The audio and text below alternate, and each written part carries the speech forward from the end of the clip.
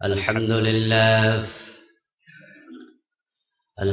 لله نحمده ونستعينه ونستغفره ونعوذ بالله من شرور أنفسنا ومن سيئات أعمالنا من يهده الله فلا مضل له ومن يضلل فلن تجد له وليا مرشدا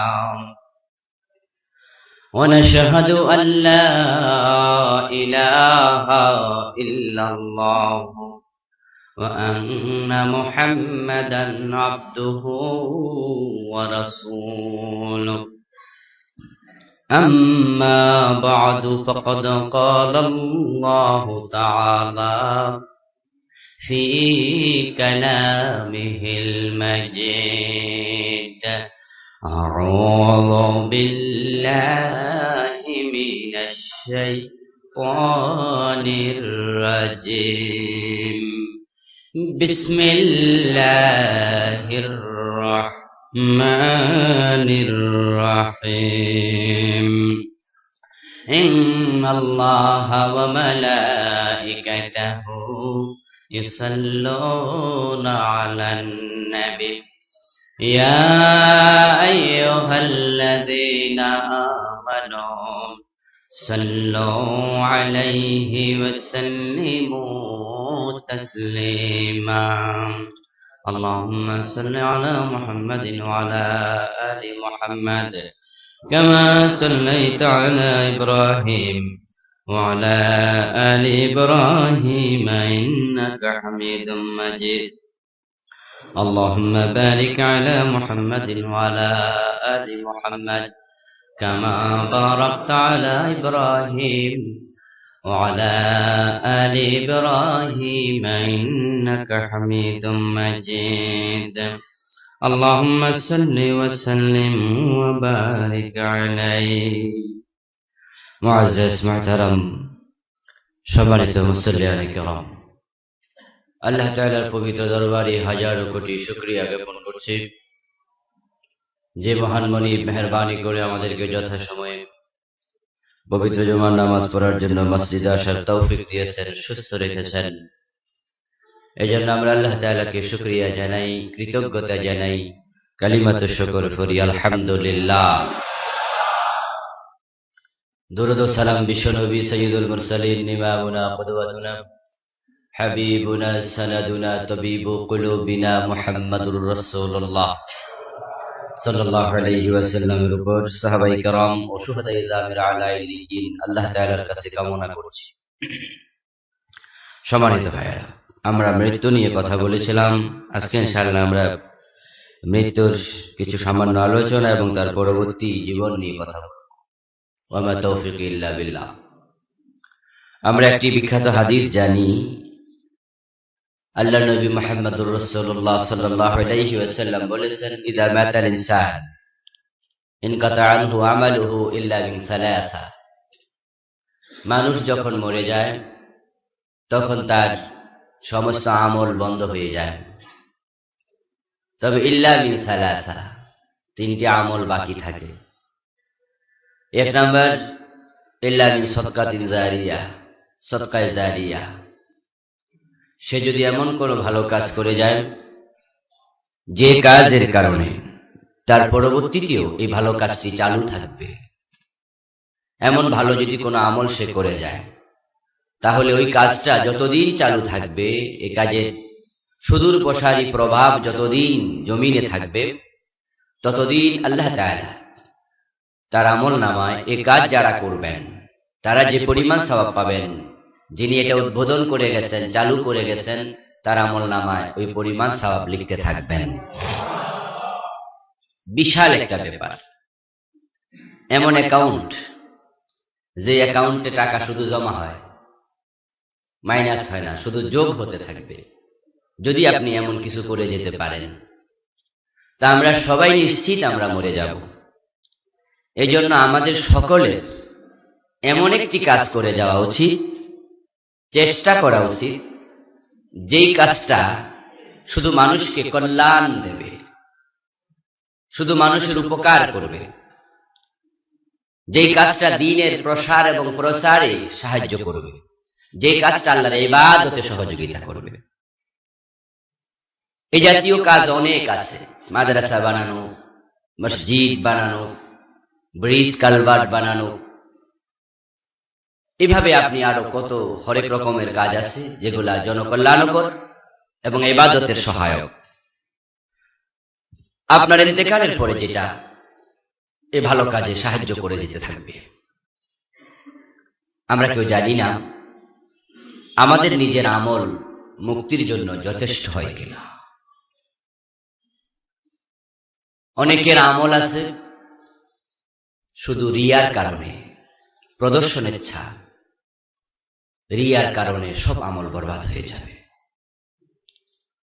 শয়তান এত সূক্ষ্মভাবে কাজ করে যে আপনার ভিতরে, আপনার কাজের উদ্দেশ্যের ভিতরে একটু ফাঁক ঢুকাইয়া দেবে, যে আমি চমৎকার তিলাওয়াত করতে পারি, তাই মানুষ আমাকে ভালো কারি বলবে।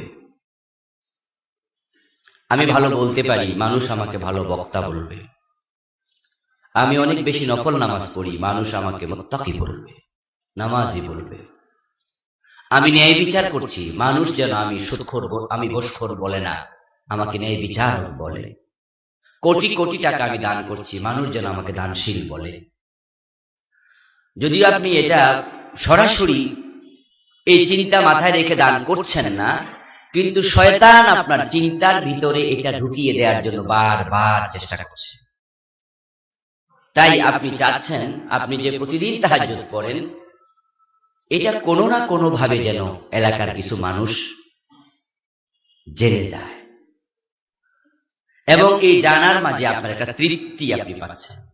আপনি যে দান করছেন গোপনে করে যে পরিমাণ আনন্দ আপনি পান, দুই চারজন শুনে যদি আপনার দানের ব্যাপারে বলে যে ভালো তো, সে অনেক টাকা দান করে, মানুষ শুনলে আপনার কাছে তৃপ্তিটা আরো একটু বেশি হয়। এটা কিন্তু শয়তানেরই একটি কাজের প্রতিক্রিয়া। এই জন্য সে কার আমল কিভাবে নষ্ট করবে, তার কাজটাই শুধু এটা। এই জন্য আমাদের এমন কিছু করে যাওয়া উচিত যেটা চলমান থাকবে।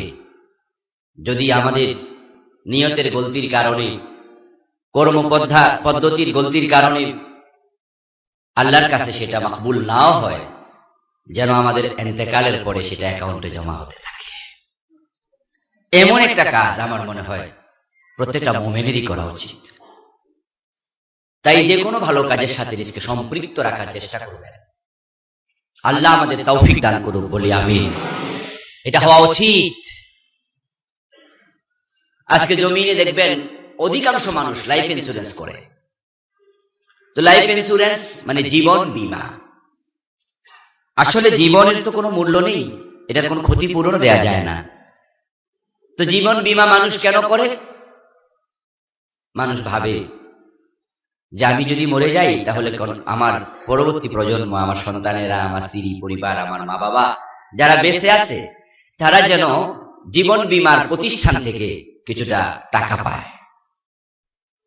তো ঠিক ওটা দেখে ইসলামী শরিয়া মোতাবেক গবেষণা করে তাকাফুল বীমা আবিষ্কার করা হয়েছে। সহযোগিতামূলক বীমা, সেটাও সমাজে এখন চালু হচ্ছে। যে আপনি মরে যাবেন, 10 জন এই ফান্ডে টাকা দেবে, তাকাফুল করবে, একে অপরকে সহযোগিতা করবে, মৃত ব্যক্তিকে হেল্প করা হবে। তো আপনি মরে গেলেন, তো ইন্স্যুরেন্সের টাকা দিয়ে আপনার কি লাভ হলো? তখন আপনি ভাবেন আমার লাভ না হোক, আমার কলিজার টুকরা সন্তানরা তো ভালো থাকবে, আমার নিজের লাভ না হোক, আমার মা বাপ তো টাকাটা পাবে, আমার নিজের লাভ না হোক, আমার স্ত্রী তো পাবে। আপনার মৃত্যুর পরে যদি পরের জন্য আপনার এতটা চিন্তা থাকে, নিজের জন্য চিন্তাটা আরো একটু বেশি হওয়া দরকার আছে না নাই?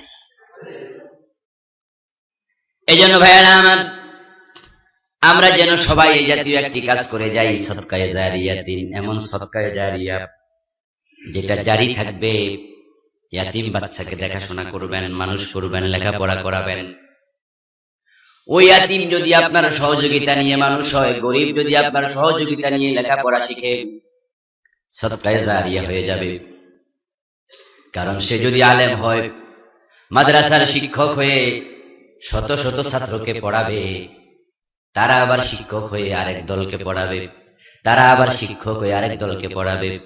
মসজিদে ইমাম হলে আপনাদের সম্মুখে কোরআনের কথা বলবে, তার কথা শুনে আপনি আমল করবেন, আপনারটা শুনে আরেকজন আমল করবে, আপনারটা তারটা শুনে আরেকজন আমল করবে। যত লোক তার কথা শুনে কোরআনের দ্বীন ইসলামের আলো পাবে, আপনি কবরে থেকেও তার সওয়াব পেতে থাকবেন। তাই সদকায়ে জারিয়া যেখানে থাকে সেখানে বন্ধু সম্পৃক্ত হওয়া উচিত, তবে ঠিক তার বিপরীতেও ভাবতে হবে। কোরআনে কারীম আল্লাহ বলেছেন, ওয়ানাকতুবু মা কদ্দামু ওয়া আসারহুম ওয়া কুল্লা শাইইন আহসাইনাহু ফি ইমামিম মুবিন। সদকায়ে জারিয়ার ওয়াজটা আমাদের সমাজে বেশি, কিন্তু তার বিপরীতে আছে গুনায়ে জারিয়া। ওই ওয়াজটা আমাদের সমাজে খুব একটা হয় না। গুনায়ে জারিয়া কোরআনে আল্লাহ বলেছেন, সদকায়ে জারিয়ার কথা হাদিসে রাসূল বলেছেন। গুরুত্বের দিক থেকে কোরআন আগে না হাদিস আগে? কোরআন আগে। কিন্তু ওয়াজ হচ্ছে হাদিসের। আমাদের দেশে পজিটিভ ওয়াজ মানুষ খুব পছন্দ করে, এই জন্যই বক্তারা মাহফিলে সুবহানাল্লাহর ওয়াজ করলে সব মুসল্লি খুশি, কিন্তু কঠিন ওয়াজ করলে যাদের গায়ে পড়ে তারা বেজার হয়ে যায়, ঠিক কিনা? তাই পাবলিকের বেজার কইরা কি লাভ? খুশি করলে তো মজা, বলবো যে হুজুর একখান পাইছি। তাই পজিটিভ ওয়াজ সবাই পছন্দ করছে, নেগেটিভ ওয়াজ ছেড়ে দেয়া হয়েছে। অথচ কোরআন আল্লাহ নাজিল করেছেন লিতুনদিরা বিহি কওমান মা উনজিরা আবাউহুম ফাহুম গাফিলুন। হে নবী, আপনার কাছে আমি কোরআন নাজিল করছি লিতুনদিরা কওমান, আপনি এই কোরআনের মাধ্যমে ভয় দেখাবেন। যদিও কোরআনে সুসংবাদও আছে, কিন্তু আল্লাহ তাআলা বলছেন আমি কোরআন নাজিল করেছি লিতুনজিরা কওমা, আপনি ভয় দেখাবেন জাহান্নামের এমন এক জাতিকে, মা উনজিরা আবাউহুম, যাদের পূর্বপুরুষদেরকে ভয় দেখানো হয় নাই। দীর্ঘদিন হযরত ঈসা আলাইহিস সালামের, ভাইজান বসে যান প্লিজ, বসে যান। হযরত ঈসা আলাইহিস সালামের আকাশে উঠে যাওয়ার পরে দীর্ঘ 550 বছরের উপরে জমিনে কোনো নবী আসে নাই। না আসার কারণে দীর্ঘ সময় প্রায় 8-10টা পুরুষ অতিবাহিত হয়েছে, যারা কোনো নবীর দাওয়াত পায় নাই। ফাহুম গাফিলুন, তাই তারা ঈমানের ব্যাপারে হয়ে গেছে বেখবর। ঈমানের ব্যাপারে যারা বেখবর হয়ে গেল, তাদেরকে জান্নাতের সুসংবাদ দেয়া দরকার নাকি জাহান্নামের ভয় দেখানো দরকার? কি ঈমানের ব্যাপারে বেখবর হইলে জান্নাতের সুসংবাদ পাওয়া যাবে? যেহেতু তারা ঈমান থেকে দূরে, তাই তাদেরকে আপনি ভয় দেখান। ওয়া আনদির আশীরাতাকাল আকরাবিন, হে নবী, আপনার প্রথম দায়িত্ব হলো আপনার প্রিয়জনকে আপনি ভয় দেখাবেন। সুসংবাদ পরে, কিন্তু আমাদের দেশে সুসংবাদটাই বেশি, ঠিক না? একবারে মানি নামাজ রোজা নাই, হেরো এমন ওয়াজ শোনাইবো 33 কোটি, একবার এক কদম দিলেই 34 কোটি পাওয়া যায়। কোটি আর কোটি, হিসাবের কোটির আগে হিসাবই নাই। এই জাতীয় ওয়াজ ভাউতাবাজি, এগুলা ধোঁকাবাজি। এই জাতীয় লোক দেখায় আপনি বেশি আগায় নিতে পারবেন না। বরং আপনি যদি শুধু বলেন আসো আসো আমার কাছে আসলে এটা পাবে সেটা পাবে এরকম বলতে থাকেন, তাহলে আপনার বাড়িতে এসে যাবে খাওয়ার জন্য, পাওয়ার জন্য। আর আপনি ভাববেন না যারা খেতে এসেছে সবাই আপনার বন্ধু, কারণ খাওয়ার দাওয়াতে শত্রুও যেতে পারে। সুসময়ে অনেকে বন্ধু বটে হয়। টাকা হাওলাত দেখে দেন যারা খাইতে এসেছে, আমার 1010 টাকা লাগবে, আগামী সপ্তাহ খাইতে আসতে নিয়ে আইসো, তখনই বুঝবেন আসল বন্ধু কয়জন। অসময়ে হায় হায় কেউ কারো নয়। তাই আপনি ওয়াজ করবেন এমন, ইসলাম মানে শুধু পাওয়া না, ইসলাম মানতে আসলে আপনি পুরস্কার পাবেন আল্লাহর কাছে, দুনিয়াতে মুমিনদের কাছে। আবার যারা জালেম তাদের কাছে তিরস্কারও পাওয়া লাগতে পারে, ঠিক কিনা? তাই দুইটা মানসিকতা লাগবে। পুরস্কারও পেতে পারি, যারা ইসলামওয়ালা তারা আমাকে ধন্যবাদ দেবে, তারা বাহবা দেবে, তারা হাদিয়া দেবে, তারা আমাকে দাওয়াত দেবে, তারা আমাকে ইমাম বলে সালাম দেবে। আবার যারা ইসলাম পছন্দ করে না তারা আমাকে পাথর মারতে পারে, ঠিক কিনা? দুইটা টেন্ডেন্সি যখন কাজ করবে ভিন্ন ভাবে, তখন আপনি লোভেও পড়বেন না, ভয়ও পাবেন না, ব্যালেন্স হয়ে যাবে। তো সদকায়ে জারিয়ার কথা আল্লাহ নবী বলেছেন হাদিসে, আর আল্লাহ বলেছেন কোরআনে, ওয়ানাকতুবু মা কদ্দামু আসারাহুম, আমি তাদের সব আমল যা তারা করেছে লিখে রাখবো। ওয়া আসারাহুম, এবং যা ভবিষ্যতে তারা করবে সেটাও লিখবো। মরার পরে কি আমল করে মানুষ? মরার পরে আমল করে, এটাকে আসার বলা হয়। আসার মানে আচরণ থেকে পদচিহ্ন, অর্থাৎ আপনার দেখানো রাস্তায় যারা চলবে, তারা যা করবে সেটা আপনার আমল হিসাবে গণ্য হবে। তাই যদি সিনেমা হল দিয়ে মরে যায়, মসজিদ বানায়া মরলে যেমন সদকায়ে জারিয়া হবে, সিনেমা হল বানায়া মরলে গুনায়ে জারিয়া হবে, ঠিক কিনা? যত লোক ওই সিনেমা হলে সিনেমা দেখবে, ওরা যে পরিমাণ কবিরা গুনাহগার হবে, যিনি সিনেমা হল মালিক তার আমলনামাও সে কবিরা গুনাহ যোগ হতে থাকবে। এইভাবে অন্যায়ের পথ যদি খুলে যান, পকেটমার যারা শিখে, যারা করে পকেটমারি করে, তাদের পকেটমার শিখানোর জন্য ওস্তাদ আছে না নাই? কারণ এটা হচ্ছে এমন উচ্চাঙ্গের সার্জারি যে অনেক বড় ডাক্তার না হলে কেমনি যে কাটা লাগবে চিকন কাপড় গায়ে, যেন আবার পোঁচ না লাগে, না মাইরি খাওয়া লাগবে। তাই ওই সার্জারি যিনি শিখায়, অপারেশন থিয়েটারের কত বড় ডাক্তার, ছাত্ররা অনেক চৌকস ছাত্র। তো যিনি তার ছাত্রকে কেমনে মানুষের পকেট থেকে টাকা আনা লাগবে, ব্লেড দিয়া জামার পকেট কেটে ফেলা লাগবে, এটা শিখাইয়া যিনি মরে গেলেন, তার ছাত্র যেই কবিরা গুনাহ করছে চুরি করে করে, ঠিক ওই কবিরা গুনাহ ওস্তাদের আমলনামায় যোগ হতে থাকবে। নাউযুবিল্লাহ। আল্লাহর নবী বলেছেন তিনটা আমল বাকি থাকবে, ইল্লা মিন সাদকাতিন জারিয়াতিন আও ওয়ালাদিন সালিহিন ইয়াদউ লাহু, এমন নেক সন্তান রেখে যাবেন যে নেক সন্তান আপনার মৃত্যুর পরে আপনার জন্য দোয়া করবে। ইন্নাল্লাহা লা ইউদখিলু আলা আহলিল কুবুর মিন দুআই আহলিদ দুনিয়া কামসালিল জিবাল।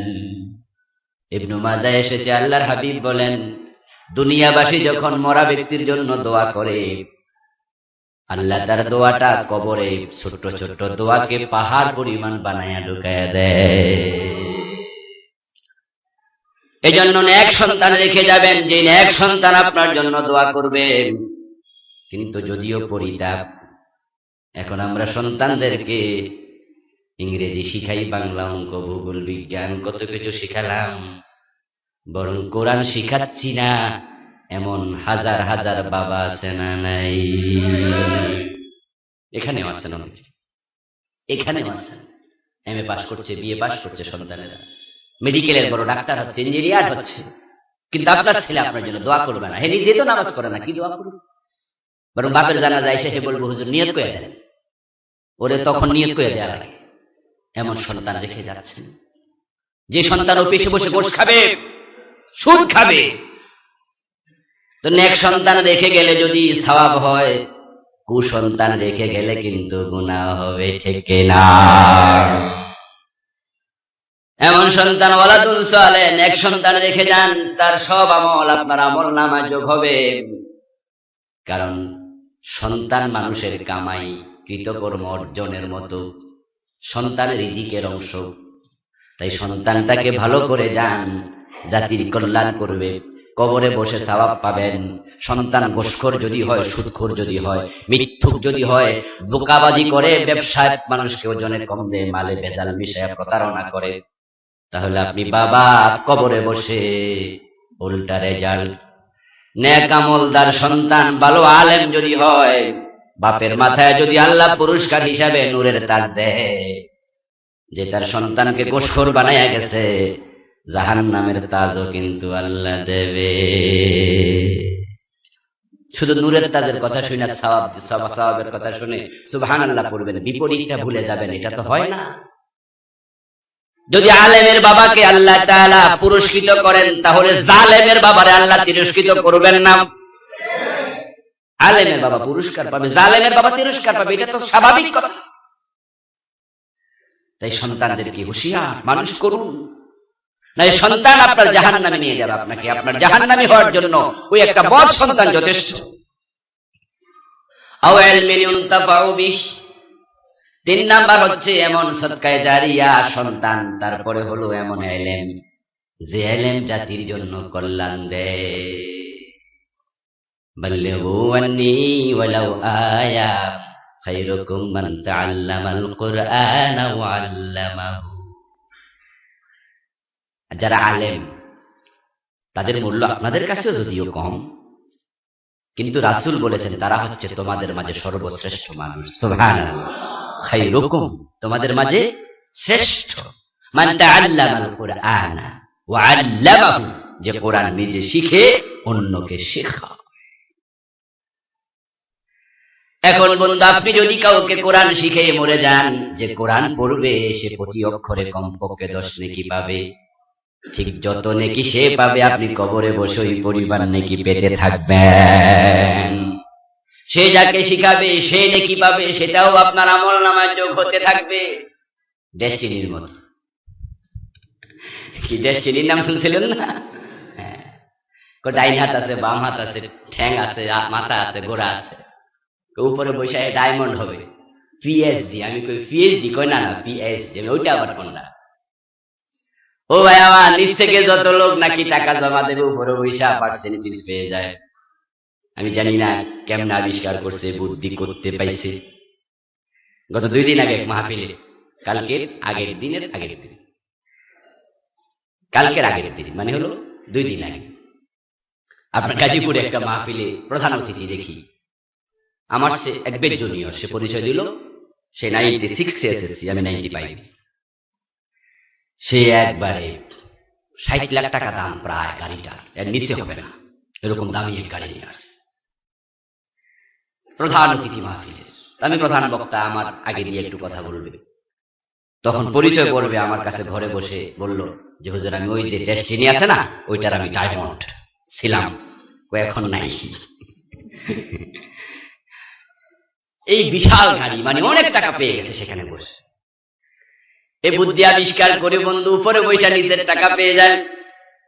তো দুনিয়ার মানুষ যদি দুনিয়ার জীবনকে চাকচক্যপূর্ণ করার জন্য এতটা বুদ্ধি থিওরি আবিষ্কার করে, আল্লাহর নবী পথ দেখাইয়া গেলেন, তুমি এমন কিছু ভালো এলেম অন্যকে শিখাইয়া যাও, তাহলে ঠিক তোমার আমল নামায় মরার পরেও যোগ হতে থাকবে। কি বিশাল সুযোগ আমরা পেলাম। এই জন্যই আলেম হওয়া দরকার। সন্তানকে আলেম বানান, নিজে আলেম হন, অন্যকে কোরআন শিখান। বেতন হয়তো কম পাবেন, দুনিয়াতে মানুষের কাছে সম্মান হয়তো কম পাবেন, কিন্তু আমরা তো বিশ্বাস করি এ দুনিয়ার জীবন শেষ। এই বিষয়গুলো মাথায় রাখুন। দুনিয়ামুখী হয়ে লাভ নেই। আল্লাহর নবী বলেছেন, একজন মানুষের উদাহরণ মাসালু ইবনে আদম ওয়া মালিহি ওয়া ওয়ালাদিহি ওয়া আমালিহি কামাসালি রাজুলিন লাহু সালাসাতু ইখওয়া। একজন মানুষের সম্পদ, তার পরিবার পরিজন, তার আহাল এবং তার আমল, এই 3টা সঙ্গী হচ্ছে 3 ভাইয়ের মতো। কালা আহাদুহুম, এক ভাই লক্ষ্য করে বলল আরেক ভাইকে, আনা মাআকা হায়াতাকা ফাইজা মিতা লাস্তু মিনকা ওয়া লাস্তা মিন্নি। ওয়া ক্বালা আল আখার আনা মাআকা ফাইজা বালাগতা তিলকা শাজারা লাস্তা মিন্নি ওয়া লাস্তু মিনকা। ওয়া ক্বালা আল আখার আনা মাআকা হাইয়াও ওয়া মাইয়িতা। এক ভাই বলতেছে, আমি তোমার সঙ্গী, তবে যদি মরে যাও তুমিও আমার না, আমিও তোমার না। সেটা হলো সম্পদ। আপনি মরে যাবেন, সাথে সাথে হাতের ঘড়ি খুলে নেবেন, পকেটের মোবাইল নিয়ে যাবে, ঠিক না? মহিলাদের নাকের স্বর্ণ, কানের স্বর্ণ, গলার স্বর্ণ আপনজনরা খুলে নিয়ে যায়। আপনাকে বন্ধু বিবস্ত্র করে বসন গুলা খুলে নিয়াম একটা কাপড় চাদর গায়ের মাঝে দিয়া রাখবে, শরীরে কাপড় রাখবে না, হাতে গড়ি রাখবে না, পকেটে মানি ব্যাগ থাকবে না, আপনি হয়ে যাবেন সম্পদহীন, কপরদকহীন, একবারে মায়ের পেট থেকে আসা মানুষটার মতো, একবারেই আপনি গরিব, কিছুই নাই আপনার। কোটি কোটি টাকা আছে, বাড়ি আছে, গাড়ি আছে, কিন্তু আপনার কিচ্ছু নাই। কাপড়ের কাপড়ে পকেট থাকে না। ঠিক রিকশাওয়ালা পথের ফকির কাঙ্গাল সে যেমন কপরদকহীন, আপনি হাজার বিলিয়ন কোটি কোটি টাকার মালিক, বিলিয়ন ট্রিলিয়ন ডলারের মালিক, তামাম দুনিয়ার অর্ধেকটা আপনার, মরে যাবেন সাথে সাথে সব অন্যের। এটা হলো সম্পদের সাথে আমাদের সম্পর্ক, খুব স্থিরস্থায়ী সম্পর্ক, ঠিক না? এতটা ক্ষণস্থায়ী ঠিক হতে পারে, এখন মরলে এখনই আপনার কিছু নেই, সব শেষ। কিন্তু করে গেলেন সুদ খাইয়া, ঘুষ খাইয়া, অন্যায় অনাচার করে। কার জন্য? কার জন্য করলেন? হায়রে মানুষ, হুঁশ যদি না হয় তাহলে মানুষ হবেন কেমনে? হালাল ভাবে টাকা আসলে আপত্তি নেই, কারণ হালাল টাকা ভালো কাজে খরচ করলে এখানেও আবার সদকায়ে জারিয়া হবে, ঠিক না? কিন্তু চুরি করে কোরবান দিয়েন না। গরু যতই মোটা হোক, যদি চুরি করে কোরবান দেন সওয়াব হবে কত মোটা। ঠিক সুদের টাকা, ঘোষের টাকা মসজিদে দিয়া সুবহানাল্লাহ মারহাবা, কোন লাভ নাই। বরং আপনার হারাম টাকা দিয়া মসজিদের টাইলস কেনার কারণে, ইট বালি কেনার কারণে ওই মসজিদের জায়গাটা অপবিত্র হয়ে গেছে। ওই টাইলসে সেজদা করলে আর নামাজ কবুল হবে না। আপনি দিনের উপকার করেন নাই, হারাম টাকা মসজিদে দিয়ে দিনের ক্ষতি করলেন, নামাজির নামাজ নষ্ট করেছেন। কারণ আমরা জানি নামাজে 13টা ফরজ আছে, তার মাঝে একটা আছে জাগা পাক। 1 নম্বরে শরীর পাক, 2 নম্বরে কাপড় পাক, 3 নম্বরে নামাজের জাগা পাক। যদি আপনার হারাম টাকা দিয়া লুঙ্গি কিনেন, হারাম টাকা দিয়া, সুদের টাকা, গোশের টাকা, পরের হক নষ্ট করা টাকা, ওটা দিয়ে যদি আপনি পায়জামা প্যান্ট কিনেন, জামা কিনেন, ওইটা গায়ে দিয়ে নামাজ পড়লে কি নামাজ হয়? নো। মান ইশতারা সাওবান বিআশারাতি দারাহিম ফীহি দিরহামু হারামিন লাম ইয়াকবালিল্লাহু লাহু সালাতাহু মা দামা আলাইহি। বিশ্বনবী স্পষ্ট বলেছেন, যদি 100 টাকা 500 টাকা দিয়ে কাপড় কিনো, 1 টাকাও হারাম থাকে ওই কাপড়ে, যতই নামাজ পড়ো ওই কাপড় পরে 1 রাকাতও আর কবুল হবে না। ইন্নাল্লাহা তাইয়্যিবুন লা ইয়াকবালু ইল্লা তাইয়্যিবা। আল্লাহ নিজে পবিত্র, অপবিত্র জিনিস তিনি গ্রহণ করেন না। হারাম টাকা দিয়ে কাপড় কিনলে যদি কাপড়টা অপবিত্র হয়ে যায়, ওই সুদের টাকা, গোশের টাকা, হারাম টাকা দিয়ে টাইলস কিনলে জায়গাটা কি অপবিত্র হয়ে যায় নাই? এটা তো পানি দিয়ে ধুইলে আর পবিত্র হবে না। এজন্য আপনি হারাম খরচ করলেন, লাভ নাই। হ্যাঁ, হালাল ভাবে যদি আসে তাহলে আপনি সদকায়ে জারিয়ার কাজ করুন, ভালো ভালো কাজ করুন, সন্তানের জন্য রেখে যান। সম্পদের সাথে মানুষের সম্পর্ক বড়ই ক্ষণস্থায়ী। 2 নাম্বার হচ্ছে তার পরিবার পরিজন। ফাইদা বালাগতা তিলকা শাজারা লাস্তু মিনকা ওয়া লাস্তা মিন্নি। পরিজন আপনার সাথে থাকবে মরার পরেও। কতক্ষণ? কবর পর্যন্ত। যখন ওই কবর পর্যন্ত পৌঁছে যাবেন, দেখবেন বন্ধু সবাই উপরে দাঁড়ানো, সাথে নেমেছে মাত্র 2 জন বা 3 জন। 2 মিনিট 5 মিনিট পরে উঠে যাবে লাফ দিয়ে একজন, সাথে থাকবে আর 2 জন।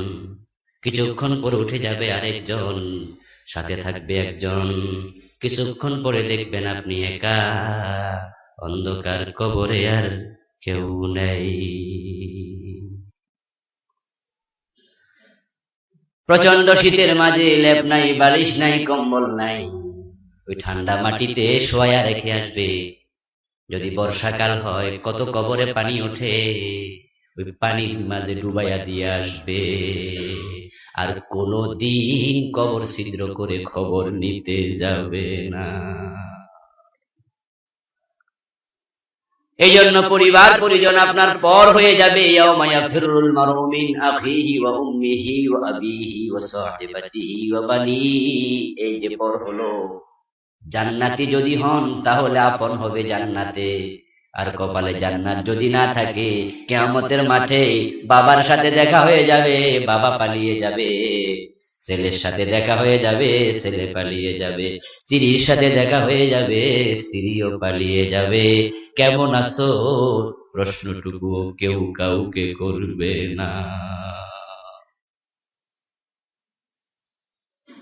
ও আমার বন্ধুগণ, দেখুন না আপনি মরে এখন অন্য মরা লোকের দিকে খেয়াল করে নিজের ব্যাপারে শিক্ষা নিন। মৃত্যুর পরে কতটা আপন হন না পর হন দেখেন। আপনার স্ত্রীও আপনার লাশ একা একা রাত্রে পাহারা দেয় না, রাজি হবে না, ভয় লাগে। মা সন্তান তার কলিজার টুকরা, মাকে যদি বলে আপনি আপনার সন্তানকে পাহারা দেন, মাও রাজি হয় না, একা একা ভয় লাগে। সন্তান রাজি হয় না, বাবা রাজি হয় না, স্ত্রী রাজি হয় না, কেউ রাজি হয় না একা পাহারা দেবে। বরং আমরা এটাও দেখি, মাটি দিয়ে এসেছে বাড়ি থেকে 2 কিলোমিটার দূরে, তারপরেও 7 দিন বাতি নিবায় না, মোমবাতি জ্বালায় রাখে, কারেন্টের লাইট লাগায় রাখে। রাতে নাকি সবাই ভয় করে, ভয় করে আপনাকে। কে আপনি? চোর, ডাকাত, শত্রু, বাঘ না বল্লুক? আপনাকে ভয় করছে কারণটা কি? এর মানে যেই মাত্র আপনি মরে যাবেন তখন তাদের সাথে আপনার কোনো সম্পর্ক আর থাকছে না। এরপর 3য় নাম্বার সে বলছে আনা মাকা হায়াতান ওয়া মাইয়াতান হাইয়া ওয়া মাইয়াতাম। সেটা হলো আপনার আমল, আপনার আমল, আপনার আমল সবচেয়ে আপন। আপনার জীবিত কালেও সাথে ছিল, কবরেও আপনার সঙ্গী হবে। এই জন্য কোন জনকে প্রাধান্য দেয়া দরকার? প্রথম 2 জনকে না শেষ জনকে? বন্ধু আমার চলে যাওয়া লাগবে। ওমিন ওয়ারাইহিম বারযাখুন ইলা ইয়াউমিন ইউবাসুন। মৃত্যুর পরে আরেকটা জীবন শুরু হবে, যে জীবনটার শুরু আছে আর কোনোদিন শেষ নাই। সেটাকে বলা হয় আলমে বারযাখ, পরকালের জগৎ। এই পরকালের জীবন আমাদের শুরু হবে মৃত্যুর সাথে সাথে। যদিও আমরা কবর বলতে মাটির একটা গর্তকে বুঝি, আসলে মাটির গর্তটাই কবর না। কারো কবর তো বাঘের পেট, কারো কবর মাছের পেট, কারো কবর দুনিয়ার পৃষ্ঠদেশ। যেমন যারা হিন্দু, তাদের মৃত্যুর পরে তাদের লাশটাকে জ্বালায়া ছাই করে ফেলা হয়, বাতাসে ছাইগুলা উড়িয়ে নিয়ে যায়, তার ছাই জমিনের পিঠের সাথে মিশে থাকে, তাহলে টোটাল জমিনের পৃষ্ঠদেশ তার কবরে পরিণত হয়ে যায়। আল্লাহ তাআলা মানুষের মৃত্যুর পরে হাসরের মাঠে উত্থিত করার আগ পর্যন্ত তার যে জীবনটা দেবেন, ওয়ামিন ওয়ারাইহিম বারযাখুন ইলা ইয়াউমিন ইউবাসুন, পুনরুত্থিত হওয়ার আগ পর্যন্ত এটা বরজখী জীবন। বরজখ মানে অন্তরায়, অর্থাৎ আপনি তখন গোপন থাকবেন, অন্তরায় থাকবেন, আপনি অন্তরীণ হয়ে থাকবেন, আপনাকে কেউ দেখবে না। এই কবরের জগৎটা এটা অদৃশ্য একটি জগৎ। আল্লাহর নবী সাল্লাল্লাহু আলাইহি ওয়াসাল্লাম বলেছেন, দৃশ্যমান জগতের শাস্তি এর তুলনায় অদৃশ্য জগতের শাস্তি অনেক বেশি কঠিন। মা রাআইতু মানজারান কাত্তুন ইল্লা ওয়াল কবরু ওয়াফজাউ মিনহু। বিশ্বনবী বলছেন, আল্লাহর হাবিব মেরাজে জান্নাত দেখেছেন, জাহান্নাম দেখেছেন, জাবারুত দেখেছেন, মালাকুত দেখেছেন, তাম দুনিয়ার কত বড় বড় ঘটনা বিশ্বনবীকে আল্লাহ দেখালেন মেরাজে নিয়ে। আল্লাহর হাবিব বলছেন, তবে কবরের মতো ভয়াবহ কোন জায়গা আমি আর কোনো দিন কোথাও দেখি নাই। মা রাআইতু মানজারান কাত্তুন ইল্লা ওয়াল কবরু আফজা। আফজা ইসমে তাফজিল, সুপারলেটিভ ডিগ্রি। বাংলা অর্থ হলো অধিক ভয়াবহ, এতটা ভয়াবহ জায়গা কবরের মতো। আল্লাহর নবী বলছেন, আমি আর কোথাও দেখি নাই। কবর হচ্ছে সবচেয়ে বেশি ভয়াবহ জায়গা। ইন্না হাযিহিল উম্মাহ তুবতালা ফি কুবুরিহা। আল্লাহর নবী বলছেন অন্য হাদিসে, ও মানুষেরা তোমরা কবরে অত্যন্ত বড় বিপদে পড়ে যাবে। ফালাউলা আন তুদাফিনু লাদাউতুল্লাহ আন ইউসমিআকুম মিন আযাবিল কবরিল্লাযী ইয়াসমাউ মিনহু। আমার মন চায় আমি আল্লাহর কাছে দোয়া করি, খোদা আমার উম্মতকে জীবনে একবার হলেও জীবিত অবস্থায় কবরের আযাব দেখায়া দাও, যেমনি আমি জমিনের উপর থেকে কবরের ভিতরের আযাবটা দেখি, তাহলে আমার উম্মতগুলো ভালো হয়ে যাবে। কিন্তু আমি দোয়াটা পরক্ষণে আর করি না। এ কারণে যদি তোমরা কবরের আযাব একদিন দেখতে, আপনজন প্রিয়জনকে আর কোনোদিন কবর দিতে রাজি হতে না। এত ভয়াবহ জায়গা কবর, বিশ্বনবী বলছেন এমন দৃশ্য আর কোথাও তিনি দেখেন নাই। এই জন্য ওনার সাহাবী হযরত উসমান যুন্নুরাইন রাদিয়াল্লাহু তাআলা আনহু, উনি জান্নাতের সুসংবাদ প্রাপ্ত ছিলেন। আল্লাহর নবীর প্রিয় জামাতা দুই মেয়ের স্বামী। হযরত রুকাইয়াকে তিনি বিয়ে করেছেন। তার ইন্তেকালের পরে হযরত উম্মে কুলসুমকে বিয়ে করলেন। উনার ইন্তেকাল হয়ে গেল আল্লাহর হাবিবের জীবদ্দশায়। হযরত উসমানকে রাসূল জড়ায়া ধরে বলেন, উসমান, যদি আমার দ্বিতীয় কোনো মেয়ে অবিবাহিতা থাকতো, আমি সেটাও তোমার কাছে বিয়ে দিতাম। আল্লাহর হাবিবের কত প্রিয় পাত্র ছিলেন। উসমানকে আল্লাহর হাবিব দুনিয়া থাকতে জান্নাতের খবর দিয়ে গেছেন। আশারায়ে মুবাশশারা তিনি একজন। ওই উসমানের ব্যাপারে বিশ্বনবী তাবুক যুদ্ধের দিন বলেছেন, উসমান অনেক বেশি দান করেছিল। আল্লাহর হাবিব উসমানের দান করা দিনারের ভিতরে এক হাত দিলেন, দিরহামের ভিতরে আরেক হাত দিলেন, দিয়ে দিনার দিরহাম গুলো উল্টাচ্ছেন আর বললেন, আমার উসমান আজকে তাবুকের যুদ্ধের জন্য এত বেশি দান করেছে, তার দানে আল্লাহ এত খুশি হলেন, কোনদিন উসমানের উপরে বেজার হবেন না। কত উসমানের সাহাবী, কত উচ্চ স্তরের সাহাবী। উনার গোলাম নাম ছিল হানি মাওলা উসমান রাদিয়াল্লাহু তাআলা আনহু, আন্নাহু قال ان عثمان بن عفان رضي الله تعالى عنه اذا وقف عند القبر بكى حتى يبل لحيته। এই উসমান রাদিয়াল্লাহু তাআলা আনহু যখন কবরের পাশ দিয়ে কোথাও যেতেন, কবরের পাশে তিনি দাঁড়াতেন, তখন কবরের দিকে তাকাইয়া এমন ভাবে কাঁদতেন, চোখের পানিতে তারি ভিজে যেত। হযরত উসমানকে প্রশ্ন করা হতো, ইন্নাকা তাযকুরুল জান্নাতা ওয়ান নারা ফালা তাবকি ওয়ালাকিন তাবকি মিন হাযা। হুজুর, আপনি জান্নাতের আলোচনা করেন আমরা শুনি, জাহান্নামের আলোচনা শুনি, কিন্তু এভাবে কাঁদতে দেখি না। কবর দেখলে এত কেন কাঁদেন? হযরত উসমান উত্তরে বলেছেন, সামিতুন নবী সাল্লাল্লাহু আলাইহি ওয়াসাল্লাম ইয়াকুল, ইন্না হাযাল কবর আউয়ালু মানজিলিন মিন মানাজিলিল আখিরা, ফামান নাজা মিনহু ফামা বা'দাহু আইসারু মিনহু ওয়া মান লাম ইয়ানজি মিনহু ফামা বা'দাহু আশাদ্দু মিনহু।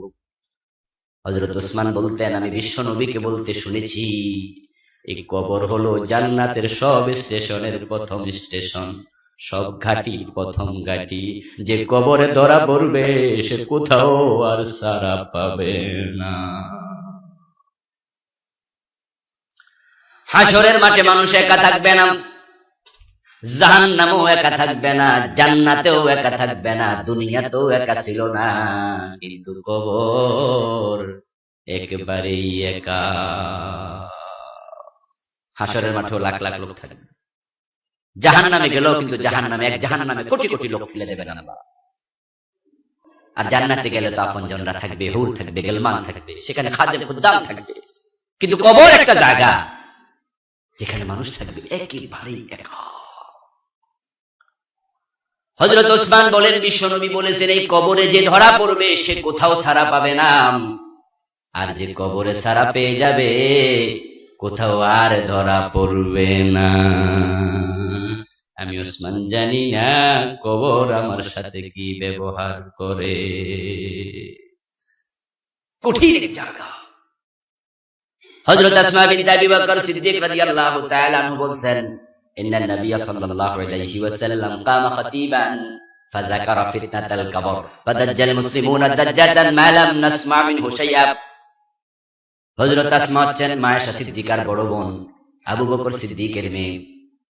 উনি বলছেন, আমরা মহিলারাও নামাজে যেতাম, পিছনে আমরা দাঁড়াতাম, সামনে পুরুষ ছেলেরা দাঁড়াতো, তারপরে পুরুষরা দাঁড়াতো একবারে সবার সামনে। কোন একদিন আল্লাহর হাবিব জুমার দিন খুতবা দিচ্ছেন, ওই জুমার নামাজের খুতবায় বিশ্বনবী কবরের আযাব নিয়ে কথা বলতে থাকলেন। আর সাহাবারা কবরের আযাবের কথা শুনে এত জোরে জোরে কাঁদতে শুরু করেছে, আমরা পিছন থেকে আল্লাহর নবীর ওয়াজ আর শুনতে পাই নাই। অথচ সাহাবারা হচ্ছে কত উপরের মানুষ। বিশ্বনবী যাদের ব্যাপারে বলেছেন, আমাকে ঈমানের সাথে যে দেখেছে লা ইয়াদখুলুন নার মান রাআনি মুমিনাম, ঈমানের সাথে যারা আমাকে দেখেছে তারা কেউ দোজখে যাবে না। যারা এতটা জান্নাতের সুসংবাদ পেয়ে নিশ্চিত ছিলেন জান্নাতের ব্যাপারে, তারপরেও ভয় অস্থির থাকতেন যদি আমি না পাই। আল্লাহর হাবিবের একজন সাহাবী, ওনার নাম ছিল হযরত সাদ বিন মুআজ রাদিয়াল্লাহু তাআলা আনহু। তিনি ছিলেন আনসারী, বাড়ি ছিল মদিনায়, আনসারদের লিডার, গোত্রপতি। হযরত সাদ বিন মুআজ রাদিয়াল্লাহু তাআলা আনহু আহত হলেন খন্দকের যুদ্ধে। ওনার পায়ের মাঝে তীর পড়েছে। খন্দকের ওপার থেকে কাফেররা তীর মেরেছে, হযরত সাদের পায়ের মাঝে এসে তীর বিদ্ধ হলো। দারুণ অসুস্থ হয়ে গেলেন, রক্তক্ষরণ হতে থাকলো, কোনোভাবে বন্ধ করা যাচ্ছিল না। হযরত সাদ যে তাঁবুতে ছিলেন, ওই তাঁবুর ভিতর থেকে রক্তের লাইন তাঁবুর বাহিরে চলে গেল।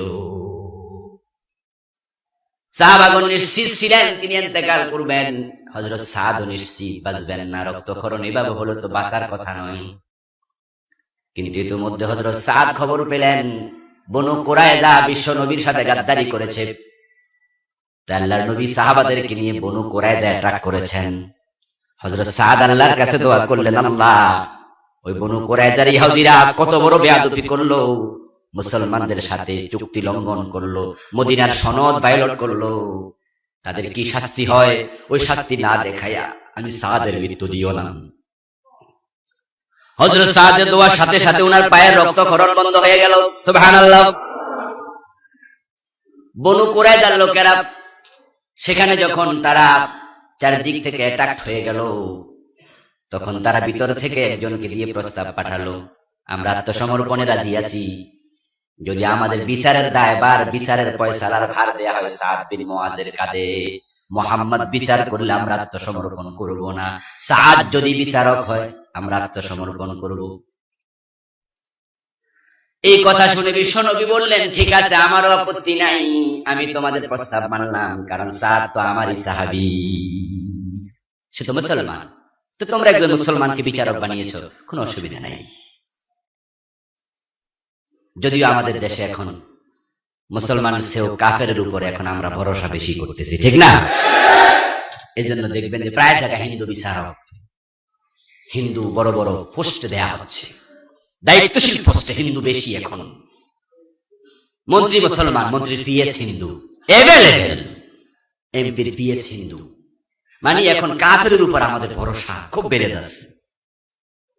এই জন্য দেখবেন দায়িত্বশীল পোস্টে, ঠেঙ্গানি পোস্টে যেখানে পিটানো লাগে, ওই সমস্ত জায়গায় পুলিশ, বিরিয়ার, র্যাব, ভালো ভালো জায়গা যেখানে পিটানোর জায়গা, এই দাড়িওয়ালা টুপিওয়ালা পিটাইতে হলে তো আরেক মুসলমানকে দিয়ে পিটানো যাবে না, ও পিটাইতে গেলে তো আবার বাপের দাড়ির কথা মনে হবে, এই দাড়িওয়ালা লোকটার দিকে তাকাইলে তো আমার দাদার দাড়ির কথা মনে হয়ে যায়, তাই পিটাইতে গেলে মায়া লাগতে পারে। তাই এমন লোক বসাচ্ছে যারা পিটাইয়া মজা পাবে, বেটা তোদের পূর্বপুরুষরা আমাদের সাথে যুদ্ধ করছে, ঠেলাটা পোষ।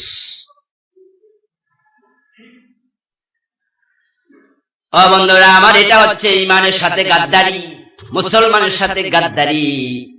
তবে কদর, এই গাদ্দারির রেজাল্ট অতীতেও ভালো হয় নাই, ভবিষ্যতেও হবে না, এটাই সত্য। তবে সময় প্রমাণ করবে, হয়তো একটু সময় লাগতে পারে, তবে এটাই সত্য, এটাই ইতিহাসের বাস্তব রূঢ় সত্য, রূঢ় বাস্তবতা, অত্যন্ত কঠিন বাস্তবতা। কেউ পার পায় নাই আলেম ওলামাদের সাথে, ইসলামপন্থীদের সাথে গাদ্দারি করে সুতায় নাথায় ফাঁসি দিয়ে দিচ্ছে। ফাও ফাও মামলা ফাঁসি হচ্ছে, যে মামলায় বিচারকরাও আশ্চর্য, আইনবিদরা কয় যে 2-5 বছর জেল হইতে পারে, ওইটা তো ফাঁসি। আলেম আছে তো, কেমনে কেমনে ফাঁসি দেওয়া দরকার, মেরে ফেলতে হবে সোজা কথা, এটা না হয় ওইটা, ওইটা না হয় ওইটা। আলেমদের সাথে কি দুশ্মনী দাড়িওয়ালা টুপিওয়ালা লোকদের সাথে। আজীব মামলা, সব দর্শনকারী, সব হাইজ্যাককারী, সব লুটতরাজকারী, সব খুনি, কি আজীব সব দাড়িওয়ালা। আর দাড়ি কাটেন না, সব একবারে আল্লাহর ওলি। নাস্তিক পরিচয় দিচ্ছে এই দেশে, বামপন্থী পরিচয় দিচ্ছে। ওরা আজকে লাফায়া লাফায়া কথা বলে, আর আমরা টুপিওয়ালা দাড়িওয়ালা মানুষ মাথা নিচু করে লাগা লাগছে। কারণ আমরা আজকে মুসলমানের দেশের লোক হলেও, নিজের বাবা দাদা মুসলমান হলেও আজকে আমরা কাফেরদের হাতের পুতুলে পরিণত হয়েছি, ঠিক কিনা? তাই ওই যে শুনছেন না, মাটি দিয়ে বানাইছো পুতুল, যেমনে নাচাও তেমনে নাচে, পুতুলের কি দোষ? এই জাতীয় যারা আপনার গান বানাইছিল, তাই আজকের অবস্থাটা এমন হচ্ছে যে যেমনে নাচায় ওইভাবে নাচছে। তবে নাচানাচি বেশি দিন থাকে না, থাকে নাই, কারোই থাকে নাই। আপনারা কোরআন পড়ুন, হাদিস পড়ুন, ইসলামের ইতিহাস পড়ুন, দিব্যি চোখে দেখবেন ফিরাউন, নমরুদ, আব্রাহা, ইয়াজিদ। আপনারা ইতিহাস পড়েন না, সে হালাকু খান, ইতিহাস পড়লেই দেখবেন জীবন্ত ছবি এগুলা। তবে সাময়িক কিছুটা পরীক্ষা দেয়া লাগতে পারে, কারণ কোরআন তো আমাদের না, কোরআন কার? আল্লাহ। যারা কোরআনের পক্ষের লোক, কোরআনের কথা বলে, এটাই তাদের অপরাধ, আর কোন অপরাধ নাই। কিন্তু এখন ব্যাপার হলো, এটা কি কওয়া যায়? তাই অন্য অপরাধ দেয়া লাগবে। নবী মুহাম্মদ সাল্লাল্লাহু আলাইহি ওয়াসাল্লাম, তুমি আল্লাহর কথা কেন বলো? এই জন্য তোমাকে আমরা পাগল বলছি। এটা কয় না, কই যে সমাজে বিশৃঙ্খলা তৈরি করতেছে। আল্লাহর নবী নাকি সমাজে আইসা বিশৃঙ্খলা তৈরি করছে, এই জন্য ওনাকে মক্কায় থাকতে দেওয়া হবে না। আবার মদিনায় চলে যাবে, যাক না, আপদ পার হোক না, ওখানে গিয়ে আবার বিশৃঙ্খলা করবে, তাই পালাতেও দেওয়া হবে না। যদি ওনাকে হত্যা করতে পারো, তাহলে 100 লালট দেওয়া হবে। তাহলে প্রমাণ হলো দারুন নাদওয়া, তৎকালীন আরব বিশ্বের সংসদ ভবন, যেখানে আইন পাশ করা হতো। বাংলাদেশের আমাদের সংসদ, আমেরিকার হোয়াইট হাউস, ব্রিটেনের 10 নং ডাইনিং স্ট্রিট, তৎকালীন আরবের দারুন নাদওয়া, একই সিস্টেমে আইনের ঘর, যেখানে আইন বানানো হতো। ওখানে বসে সিদ্ধান্ত নিল, তাকে জীবিত অথবা মৃত ধরে নিয়ে আসো, 100 লালট। তৎকালীন যুগে 100 লালট মানে আজকের 100 পাজারো, অনেক দামি জিনিস তৎকালীন যুগে। প্রমাণ হয়ে গেল তামাম আরবে মুহাম্মদের মতো খারাপ মানুষ আর নাই, নাউজুবিল্লাহ। তাই তাকে ধরার জন্য লোকজন দৌড়াদৌড়ি শুরু করছে, পাও কোথায় ধরে ফেলো। আর উনি সাহায্যকারী কাউকে পাইলেন না, রাত্রির গভীরে গিয়া গুহার মাঝে লুকাইয়া আবু বকরকে সাথে নিয়ে চুপ করে বসে আছেন। কোন আওয়াজ করো না, শুনে ফেলবে। আবু বকর বলল, হুজুর এসে গেছে তো, ওই দেখা যায়। রাসূল বলেন, লা তাহজান ইন্নাল্লাহা মা'ানা। এই লুকানোটা সাময়িক, এই বিপদটা সাময়িক, কিন্তু চূড়ান্ত হতাশার কিছু নেই, আল্লাহ আমাদের সাথে আছেন। তো আল্লাহর নবীর মুখের হাদিসকে, মুখের কথাকে মানুষ বলে হাদিস, কিন্তু এটা হাদিস না, এটা কোরআনের আয়াত, লা তাহজান ইন্নাল্লাহা মা'ানা। তাহলে বোঝা গেল রাসূলের হাদিসটাকে আল্লাহর কাছে, রাসূলের কথাটা এত মজা লাগছে যে আল্লাহ বলছে, মুহাম্মদ ঠিক বলেছো, ঠিক বলেছো, তোমাদের সাথে তো আমি আল্লাহ আছি। সুতরাং রাসূলের মুখের কথাটাকে আল্লাহ কোরআনের আয়াত বানায় নাযিল করে দিয়েছেন। আপনাদের কি শিক্ষা দিচ্ছেন, আমাদেরকে আল্লাহ বুঝাচ্ছেন, লা তাহজান ইন্নাল্লাহা মা'ানা, তোমাদের সাথে আমি আল্লাহ আছি। তো বিশ্বনবীকেও দাঁত দেয়া লাগছে, তোমাদেরও দেয়া লাগবে। বিশ্বনবীকে পলানো লাগছে, তোমাদেরও পালানো লাগতে পারে। বিশ্বনবীকে বিপদে পড়া লেগেছে, তোমাদেরও লাগতে পারে। বিশ্বনবীর আপন চাচা কলিজা দিয়েছেন আমির হামজা, তোমারও দেয়া লাগতে পারে। আপন নাতি মাথা দিয়েছেন, তোমারও দেয়া লাগতে পারে। তবে লা তাহজান ইন্নাল্লাহা মা'ানা, চূড়ান্ত ফলাফল তোমাদের পক্ষে হবে, তোমাদের পক্ষে হবে। ইমাম মাহদী আসবেন, হযরত ঈসা আকাশ থেকে নামবেন, দিনের বিজয় হবে, আজ হোক আর কাল হোক ইনশাআল্লাহ। তামাম দুনিয়াতে ইহুদি থাকবে না, খ্রিস্টান সভ্যতা থাকবে না, ভারতের এই বড় বড় কথা উক্তি থাকবে না, ধর্মমুক্তিগুলো সব মেসাকার হয়ে যাবে, দিনেরই বিজয় হবে। তা আমরা হয়তো তার ফাউন্ডেশন তৈরি করা শুরু করেছি। বিল্ডিং দাঁড়াবে নিশ্চিত, এবং সে বিল্ডিং পরিপূর্ণতা লাভ করবে, চকচক করবে, তার পেন্টিং হয়ে যাবে, পূর্ণ বিল্ডিং দাঁড়াবে, কোনো সন্দেহ নাই। তবে হয়তো তার কাজটা আমরা শুরু করেছি। এই কাজ করতে করতে আমরা হয়তো মরে যাব, আর আমাদের পরবর্তী প্রজন্ম এসে বিল্ডিংকে পূর্ণতা দেবে ইনশাআল্লাহ। ভাইরা আমার, বলতেছিলাম কোথায় জেনেছিলাম, হযরত সাদ বিন মুআযের বিচার, উনি বিচারক হবেন। আল্লাহর হাবিব সাল্লাল্লাহু আলাইহি সাল্লাম পাঠালেন, সাদকে নিয়ে আসো। হযরত সাদ অসুস্থ, উনাকে নিয়ে আসা হলো। ওটে করে চড়ায়া বললেন, কুমু ইলা সাইয়্যিদিকুম, তোমাদের নেতা সাদ, তাকে একটু কষ্ট দিও না, সুন্দর করে উটের পিঠ থেকে নামাও, তিনি অসুস্থ, পায়ে ওনার ব্যথা। হযরত সাদকে নামানো হলো, তিনি বিচারক হলেন, বিচার করলেন। হযরত সাদের বিচারের পরে আল্লাহর নবী বলতেছেন, সাদ, তার আগে বলি, ইহুদিরা হযরত সাদকে বিচারক কেন মানলো? কারণ হলো, ইসলাম গ্রহণের আগে যখন মক্কায় রাসূল ছিলেন, হযরত সাদ তো মদিনার মানুষ, ওই বনু কুরাইজা গোত্রের সাথে হযরত সাদের বন্ধুত্ব ছিল। তাই তারা ভেবেছে ওই বন্ধুত্বের খাতিরে বিচারটা একটু নরম হবে, যেমন আমাদের দেশে হচ্ছে আর কি, ঠিক না? আপন জনরা হত্যা করলে অসুবিধা নাই, আর অন্য জোরে কাশ দিল, শব্দ দূষণ 5 বছর জেলে দিয়ে দাও। যে এত জোরে কাশ দেখেন, স্বাধীন দেশে এত জোরে কাশ দিয়া বাতাস দূষিত করবে, তার জেলই হওয়া উচিত। অন্যরা ঠিক বলেছেন, এই লোকের জেল হবে না তো কার হবে? আবার আরেকজনে মানুষ খুন করে ফেলতেছে, 100 দর্শন করে লাভ দিচ্ছে, হাতে গুলি, পিস্তল উঁচিয়ে হাঁটতেছে, গুলি করতেছে। ওরা হচ্ছে জাতির বন্ধু, মানবতার বন্ধু, আর আপনি জোরে কাজ দিচ্ছেন, মানবতার দুশমন হয়ে গেছেন।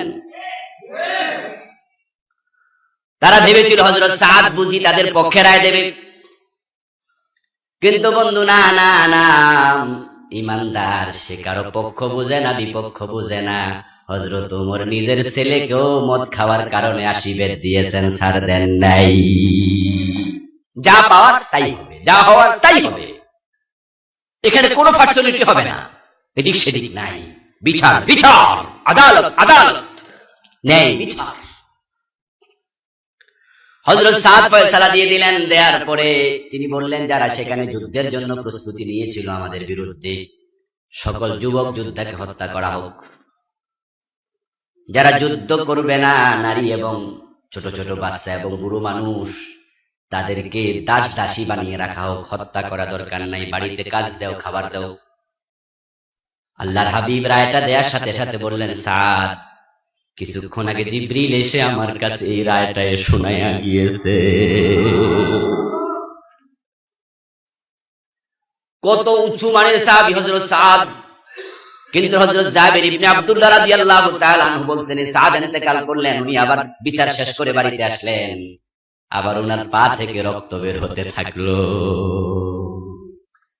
উনি শহীদ হয়ে গেলেন কয়েকদিন পরে। ওনার জানাজার নামাজ আল্লাহর হাবিব গেলেন। হযরত জাবের বলেন, ওনার জানাজার নামাজ শেষ হলো, উনি শহীদ হলেন। যখন শহীদ হয়ে গেলেন, ইন্তেকাল করলেন, আল্লাহর হাবিব তখন আমাদের সুসংবাদ শোনালেন। জিবরিল এসে আমার কাছে বলে গেছে, হাযা সাদুন তাহাররাকা লাহুল আরশু ওয়া ফুতিহাত লাহু আবওয়াবুস সামাম। জিবরিল বলে গেলেন, সাদের ইন্তেকালে আল্লাহর আরশ পর্যন্ত কাঁপতে শুরু করেছে, আল্লাহর আরশ কেঁপে উঠেছে। এরপর আকাশে রহমতের যত দরজা আছে, আল্লাহ সবগুলা দরজা খুলে দিয়েছেন। আল্লাহর নবী জানাজায় গেলেন। জানাজার নামাজ পড়তে গিয়ে রাসূল বলেন, শাহিদাহু ৭০ আলফাম মিনাল মালায়েকা, এই সাদের জানাজায় শরীক হওয়ার জন্য আকাশ থেকে ৭০,০০০ ফেরেশতা এসেছে। কত উচ্চাঙ্গের সাহাবী। হযরত জাবের বলছেন, আমরা ওই সাহাবী হযরত সাদকে কবরে দিলাম। ফালাম্মা সুব্বিয়া আলাইহি, আল্লাহর নবী জানাজা পড়লেন, কবরে রাখলেন, কবরের মাটি সমান করে দিলেন।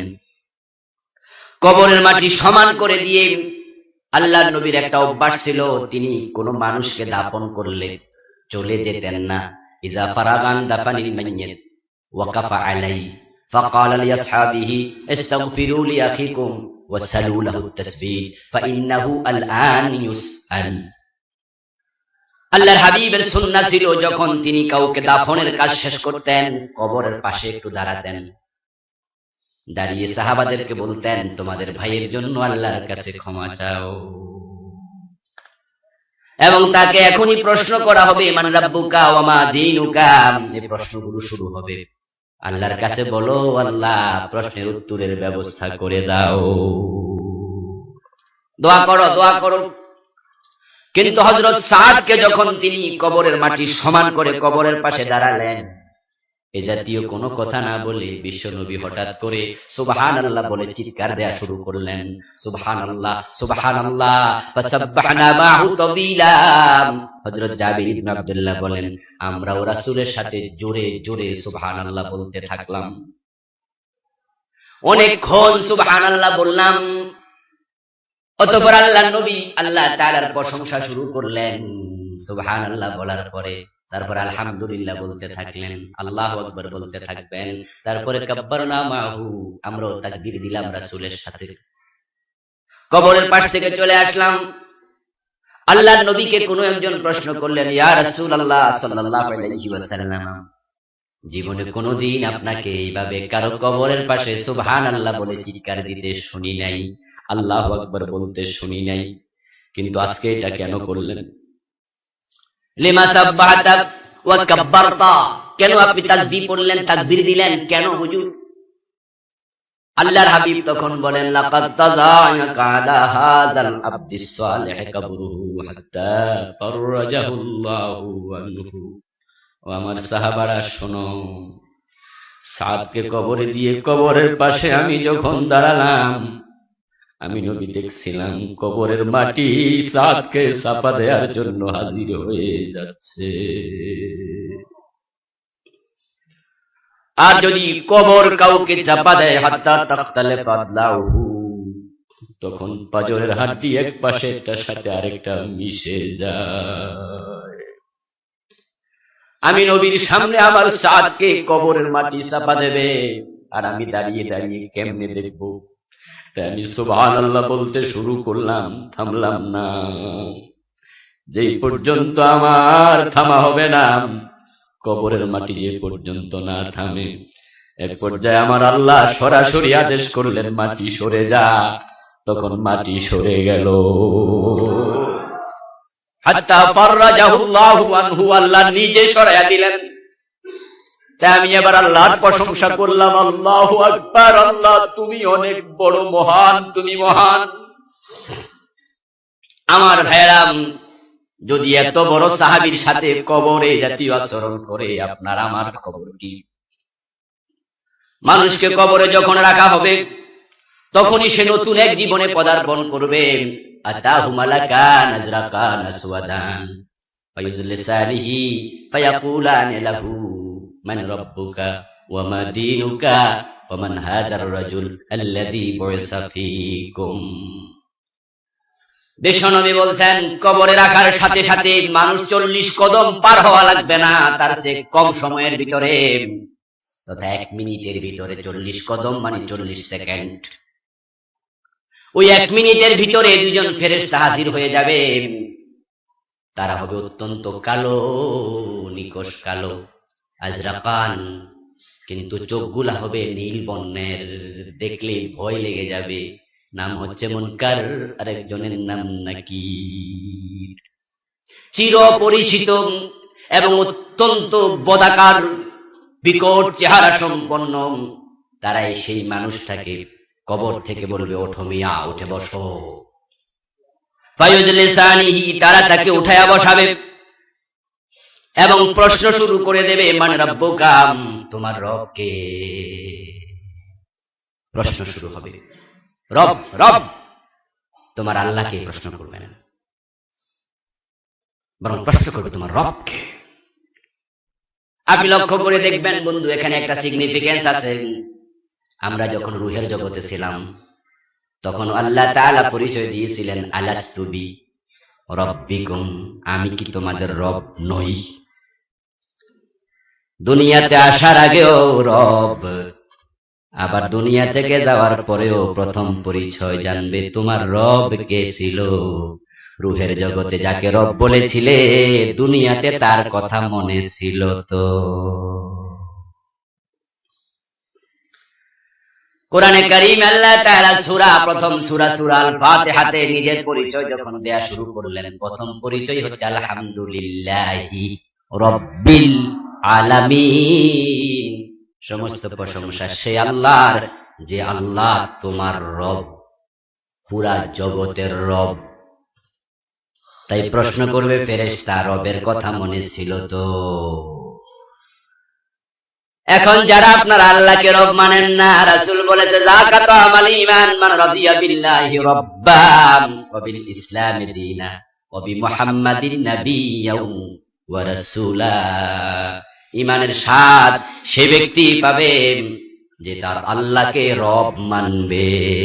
যে আল্লাহকে রব মানে সে অন্যের আইন মানতে পারে না। রব মানে মালিক, প্রভু, অধিপতি। সুতরাং যারা অন্যের আইন মানছেন, ফিরআউন নিজকে রব বলেছিল, ঠিক কি না? আলাম তারা ইলাল্লাযী হাজ্জা ইব্রাহিম ফি রাব্বিহি আন আতাহু আল্লাহুল মুলকা। কোরআনে কারীম আল্লাহ বলেছেন, হে নবী আপনি কি লক্ষ্য করে দেখেছেন ইব্রাহিমের সাথে রবকে এটা নিয়ে ঝগড়া করেছে একজন লোক। ইব্রাহিমের সাথে ঝগড়া করছিল কেডা? নমরুদ, ঠিক কি না? নমরুদ বলছে আমি রব। ইব্রাহিম কয় না, রাব্বিয়াল্লাযী ইহয়ী ওয়া ইউমীত, আমার রব তো তিনি যিনি জীবন এবং মৃত্যুর মালিক। নমরুদ কয় আমি তো জীবন মৃত্যুর মালিক। সে একজন মানুষকে হত্যা করলো, আরেকজনকে ছেড়ে দিল জেলখানা থেকে এসে। হযরত ইব্রাহিম তখন বলেন, রাব্বিয়াল্লাযী ইয়াতি বিশ-শামসি মিনাল মাশরিকি ফাতি বিহা মিনাল মাগরিব ফাবুহিতাল্লাযী কাফার। ও নমরুদ, তুমি রব নও, আমার রব তো তিনি যিনি প্রতিদিন পূর্ব দিক থেকে সূর্য তোলেন। তুমি যদি রব হও পশ্চিম দিক থেকে তুলে দেখাও। নমরুদ তখন বলে সব পারি, তবে এটা না। তাহলে নিজকে রব দাবি করেছে, করে সমাজটা নিজের আইনে চালিয়েছিল। ফেরাউনের দিকে লক্ষ্য করুন, আল্লাহ তাআলা হযরত মূসাকে বলেছেন, ইযহাব ইলা ফিরাউনা ইন্নাহু তাগা। ফেরাউনের কাছে যাও, সে তাগুত, সে বলেছে আনা রাব্বুকুমুল আ'লা। ও দুনিয়ার মানুষ, আমি তোমাদের রব, তাই আমার আইন মানো।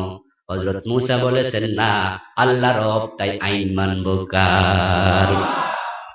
তা আপনি কবরে গেলে আপনাকে প্রথম প্রশ্ন করবে তোমার রব কে ছিল? তা আপনারা যারা আমার আলোচনা শুনছেন, কানটা খুলে শোনেন। যদি আল্লাহর আইন ছাড়া অন্য মানুষের আইনের পক্ষে আপনি থাকেন, রাব্বি আল্লাহ সেদিন আপনার মুখ দিয়ে বের হবে না। এজন্য কি শুধু প্রশ্নটা করবে? প্রশ্নের ভিতরে অনেক বড় রহস্য আছে। আজকে সময় শেষ, ইনশাআল্লাহ আমরা হাদিসটা থেকে আগামী জুমায় আলোচনা করব, যদি আল্লাহ আমাদের বাঁচিয়ে রাখেন।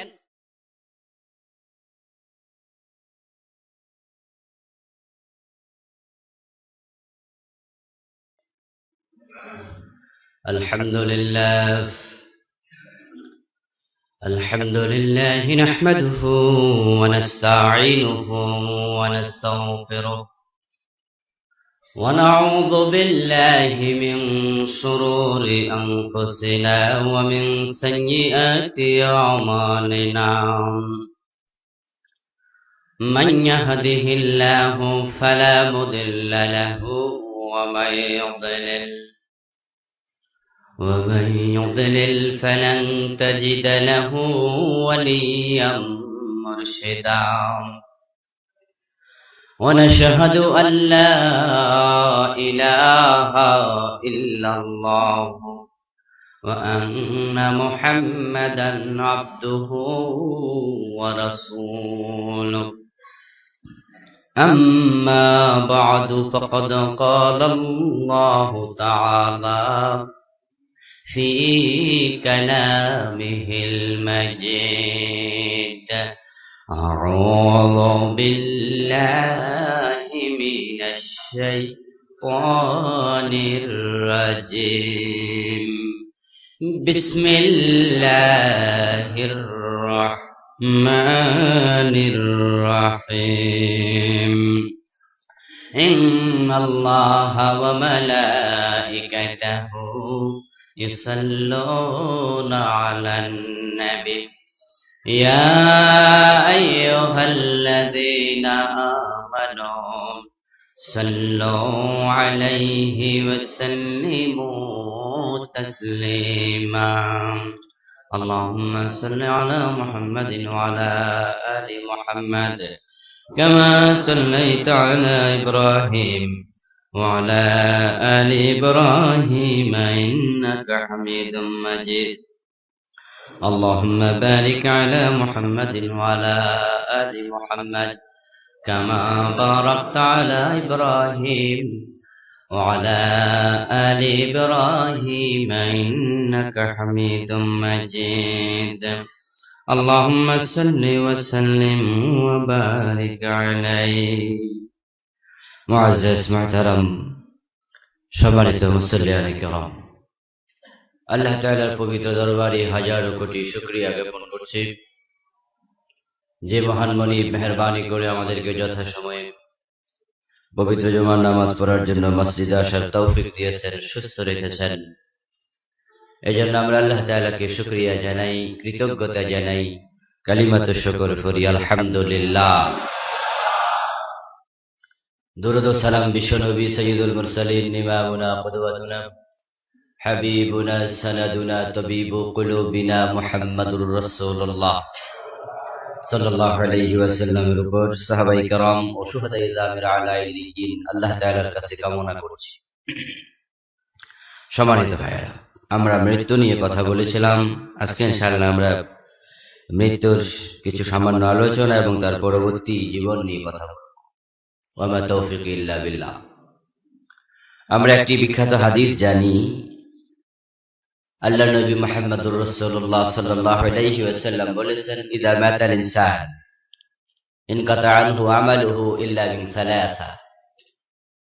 মানুষ যখন মরে যায় তখন তার সমস্ত আমল বন্ধ হয়ে যায়, তবে ইল্লা মিন সালাসা, তিনটি আমল বাকি থাকে। এক নাম্বার ইল্লা মিন সাদকাতিন জারিয়া, সাদকায়ে জারিয়া। সে যদি এমন কোনো ভালো কাজ করে যায় যে কাজের কারণে তার পরবর্তীতেও এই ভালো কাজটি চালু থাকবে, এমন ভালো যদি কোনো আমল সে করে যায় তাহলে ওই কাজটা যতদিন চালু থাকবে, এই কাজের সুদূর প্রসারী প্রভাব যতদিন জমিনে থাকবে, ততদিন আল্লাহ তাআলা তার আমল নামায় এই কাজ যারা করবেন তারা যে পরিমাণ সওয়াব পাবেন, যিনি এটা উদ্বোধন করে গেছেন, চালু করে গেছেন, তার আমল নামায় ওই পরিমাণ সওয়াব লিখতে থাকবেন। বিশাল একটা ব্যাপার। এমন অ্যাকাউন্ট, যে অ্যাকাউন্টে টাকা শুধু জমা হয়, মাইনাস হয় না, শুধু যোগ হতে থাকবে, যদি আপনি এমন কিছু করে যেতে পারেন। তা আমরা সবাই নিশ্চিত আমরা মরে যাব।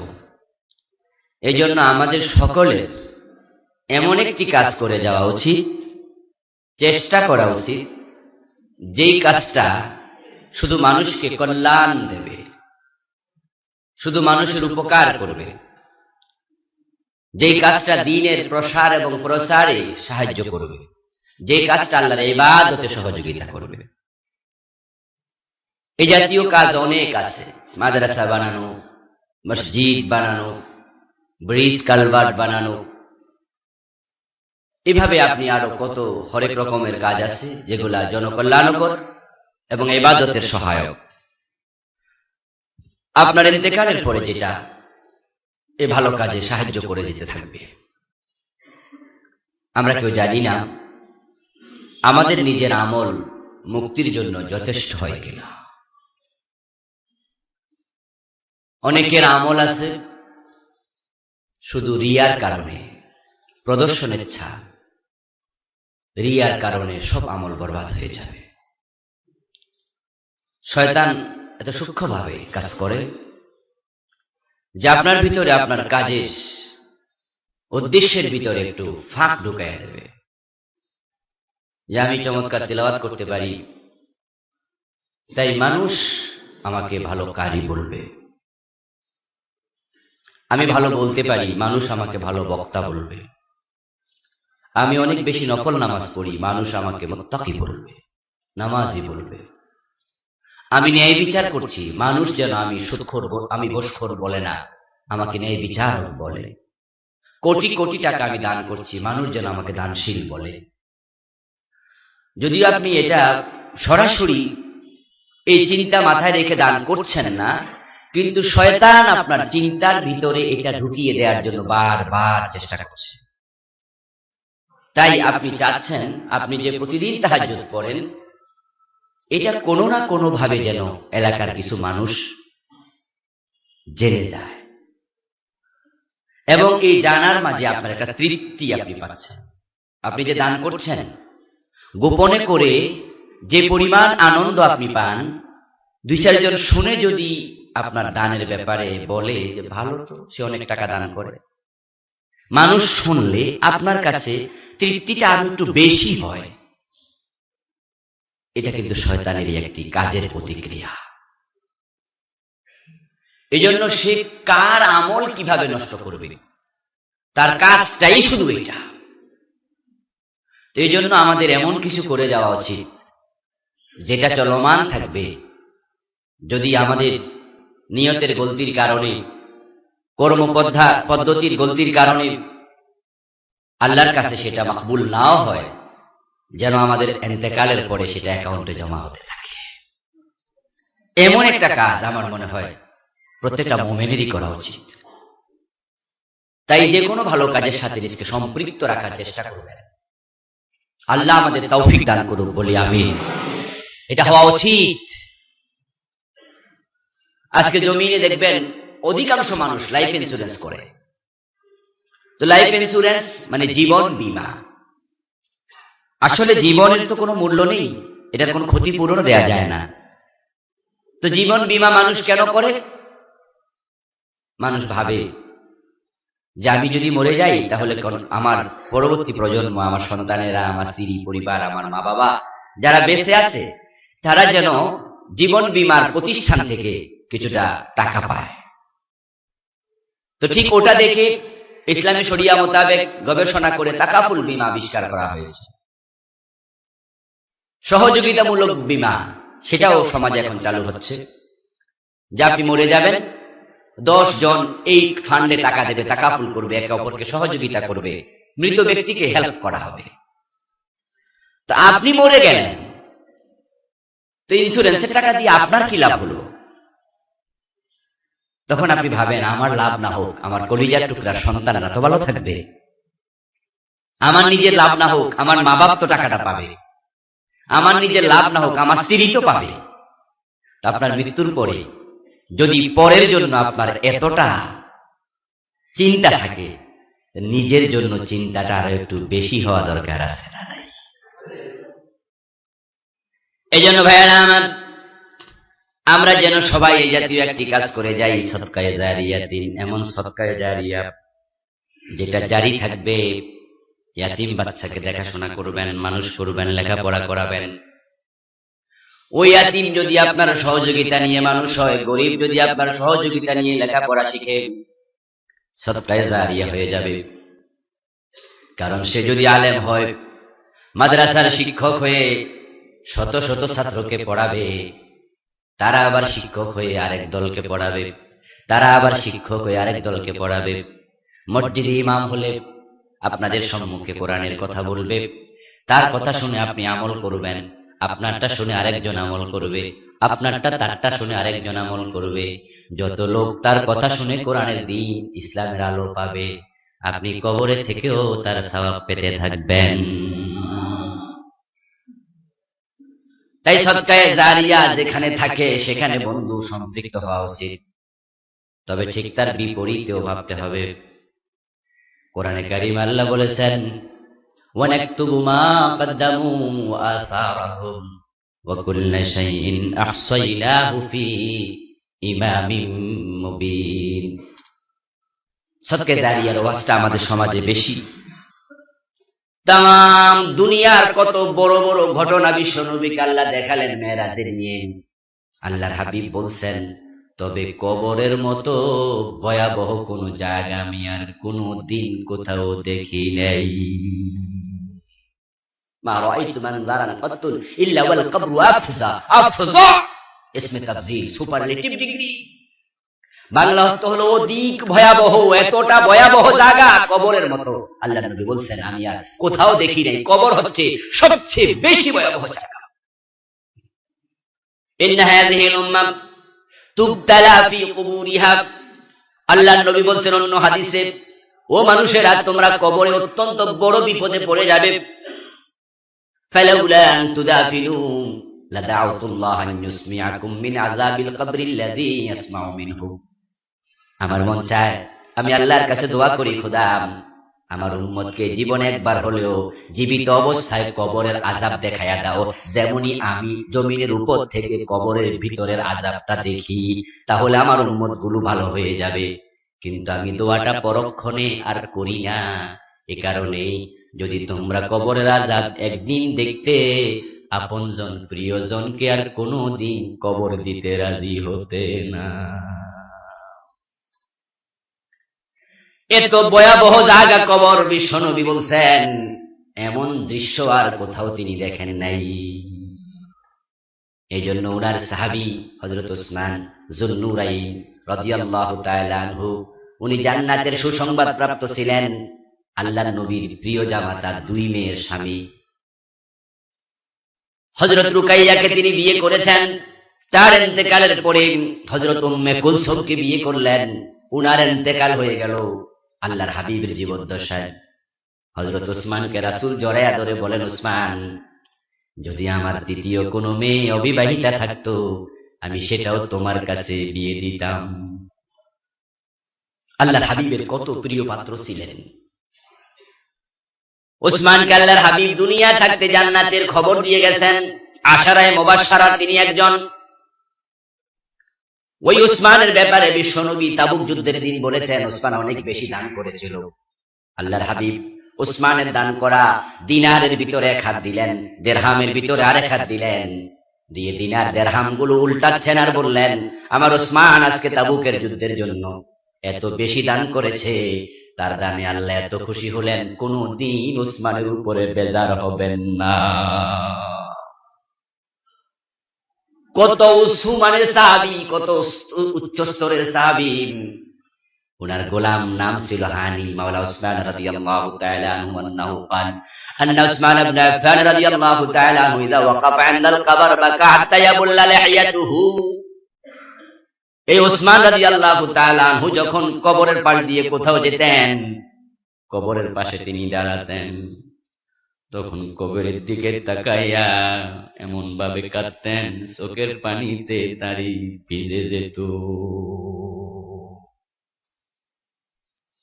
হযরত উসমানকে প্রশ্ন করা হতো, ইন্নাকা তাযকুরুল জান্নাতা ওয়ান নারা ফালা তাবকি ওয়ালাকিন তাবকি মিন হাযা। হুজুর, আপনি জান্নাতের আলোচনা করেন আমরা শুনি, জাহান্নামের আলোচনা শুনি, কিন্তু এভাবে কাঁদতে দেখি না। কবর দেখলে এত কেন কাঁদেন? হযরত উসমান উত্তরে বলেছেন, সামিতুন নবী সাল্লাল্লাহু আলাইহি ওয়াসাল্লাম ইয়াকুল, ইন্না হাযাল কবর আউয়ালু মানজিলিন মিন মানাজিলিল আখিরা, ফামান নাজা মিনহু ফামা বা'দাহু আইসারু মিনহু ওয়া মান লাম ইয়ানজি মিনহু ফামা বা'দাহু আশাদ্দু মিনহু। হযরত উসমান বলতেন, আমি বিশ্ব নবীকে বলতে শুনেছি, এই কবর হলো জান্নাতের সব স্টেশনের প্রথম স্টেশন, সব ঘাটি প্রথম ঘাটি। যে কবরে ধরা পড়বে সে কোথাও আর সারা পাবে না। হাসরের মাঠে মানুষ একা থাকবে না, জাহান্নামেও একা থাকবে না, জান্নাতেও একা থাকবে না, দুনিয়াতেও একা ছিল না, কিন্তু কবর একেবারেই একা। হাসরের মাঠেও লাখ লাখ লোক থাকবে। জাহান্নামে গেলেও কিন্তু জাহান্নামে এক জাহান্নামে কোটি কোটি লোক ফেলে দেবেন আল্লাহ। আর জান্নাতে গেলে তো আপনজনরা থাকবে, হুর থাকবে, গেলমান থাকবে, সেখানে খাদেম খুদ্দাম থাকবে। কিন্তু কবর একটা জায়গা যেখানে মানুষ থাকবে একেবারেই একা। হযরত ওসমান বলেন, বিশ্বনবী বলেছেন, এই কবরে যে ধরা পড়বে সে কোথাও ছাড়া পাবে না, আর যে কবরে ছাড়া পেয়ে যাবে কোথাও আর ধরা পড়বে না। আমি ওসমান জানি না কবর আমার সাথে কি ব্যবহার করে। কঠিন জায়গা। হযরত আসমা বিনতে আবি বকর সিদ্দিক রাদিয়াল্লাহু তাআলা আনহু বলেন, ইন্নান নবী সাল্লাল্লাহু আলাইহি ওয়াসাল্লাম কামা খাতিবান ফাযাকারা ফিতনাতাল কবর ফাদাজ্জাল মুসলিমুনা দাজ্জাতান মা লাম নাসমা মিনহু শাইআ। হযরত আসমা হচ্ছেন মা আয়েশা সিদ্দিকার বড় বোন, আবু বকর সিদ্দিকের মেয়ে। উনি বলছেন আমরা মহিলারাও নামাজে যেতাম, পিছনে আমরা দাঁড়াতাম, সামনে পুরুষ ছেলেরা দাঁড়াতো, তারপরে পুরুষরা দাঁড়াতো একবারে সবার সামনে। কোন একদিন আল্লাহর হাবিব জুমার দিন খুতবা দিচ্ছেন, ওই জুমার নামাজের খুতবায় বিশ্বনবী কবরের আযাব নিয়ে কথা বলতে থাকলেন। আর সাহাবারা কবরের আযাবের কথা শুনে এত জোরে জোরে কাঁদতে শুরু করেছে, আমরা পিছন থেকে আল্লাহর নবীর ওয়াজ আর শুনতে পাই নাই। অথচ সাহাবারা হচ্ছে কত উপরের মানুষ। বিশ্বনবী যাদের ব্যাপারে বলেছেন, আমাকে ঈমানের সাথে যে দেখেছে লা ইয়াদখুলুন নার মান রাআনি মুমিনাম, ঈমানের সাথে যারা আমাকে দেখেছে তারা কেউ দোজখে যাবে না। যারা এতটা জান্নাতের সুসংবাদ পেয়ে নিশ্চিত ছিলেন জান্নাতের ব্যাপারে, তারপরেও ভয় অস্থির থাকতেন যদি আমি না পাই। আল্লাহর হাবিবের একজন সাহাবী, ওনার নাম ছিল হযরত সাদ বিন মুআজ রাদিয়াল্লাহু তাআলা আনহু। তিনি ছিলেন আনসারী, বাড়ি ছিল মদিনায়, আনসারদের লিডার, গোত্রপতি। হযরত সাদ বিন মুআজ রাদিয়াল্লাহু তাআলা আনহু আহত হলেন খন্দকের যুদ্ধে। ওনার পায়ের মাঝে তীর পড়েছে, খন্দকের ওপার থেকে কাফেররা তীর মেরেছে, হযরত সাদের পায়ের মাঝে এসে তীর বিদ্ধ হলো। দারুণ অসুস্থ হয়ে গেলেন, রক্তক্ষরণ হতে থাকলো, কোনোভাবে বন্ধ করা যাচ্ছিল না। হযরত সাদ যে তাঁবুতে ছিলেন, ওই তাঁবুর ভিতর থেকে রক্তের লাইন তাঁবুর বাহিরে চলে গেল। সাহাবাগণ নিশ্চিত ছিলেন তিনি ইন্তেকাল করবেন, হযরত সাদ নিশ্চিত বাঁচবেন না, রক্তক্ষরণ এভাবে হলো তো বাঁচার কথা নয়। কিন্তু ইতিমধ্যে হযরত সাদ খবর পেলেন বনু কুরায়জা বিশ্ব নবীর সাথে গাদ্দারি করেছে। আল্লাহর নবী সাহাবাদেরকে নিয়ে বনু কুরায়জা অ্যাটাক করেছেন। হযরত সাদ আল্লাহর কাছে দোয়া করলেন, আল্লাহ ওই বনু কুরায়জার ইহুদিরা কত বড় বেয়াদবি করলো, মুসলমানদের সাথে চুক্তি লঙ্ঘন করলো, মদিনার সনদ ভায়োলেট করলো, তাদের কি শাস্তি হয় ওই শাস্তি না দেখাইয়া আমি সাদের মৃত্যু দিও না। হযরত সাদের দোয়ার সাথে সাথে ওনার পায়ের রক্তক্ষরণ বন্ধ হয়ে গেল। সুবহানাল্লাহ। বনু কুরায়জার লোকেরা সেখানে যখন তারা চারদিক থেকে অ্যাটাক হয়ে গেল, তখন তারা ভিতর থেকে একজনকে দিয়ে প্রস্তাব পাঠালো, আমরা আত্মসমর্পণে রাজি আছি, যদি আমাদের বিচারের দায়ভার, বিচারের ফয়সালার ভার দেয়া হয় সাদ বিন মুআজের কাঁধে, মুহাম্মদ বিচার করলে আমরা আত্মসমর্পণ করব না, সাদ যদি বিচারক হয় আমরা আত্মসমর্পণ করব। এই কথা শুনে বিশ্বনবী বললেন, ঠিক আছে, আমারও আপত্তি নাই, আমি তোমাদের প্রস্তাব মানলাম, কারণ সাদ তো আমারই সাহাবী, সে তো মুসলমান, তো তোমরা একজন মুসলমানকে বিচারক বানিয়েছো, কোনো অসুবিধা নাই। যদিও আমাদের দেশে এখন মুসলমানের চেয়েও কাফেরের উপরে এখন আমরা ভরসা বেশি করতেছি, ঠিক না?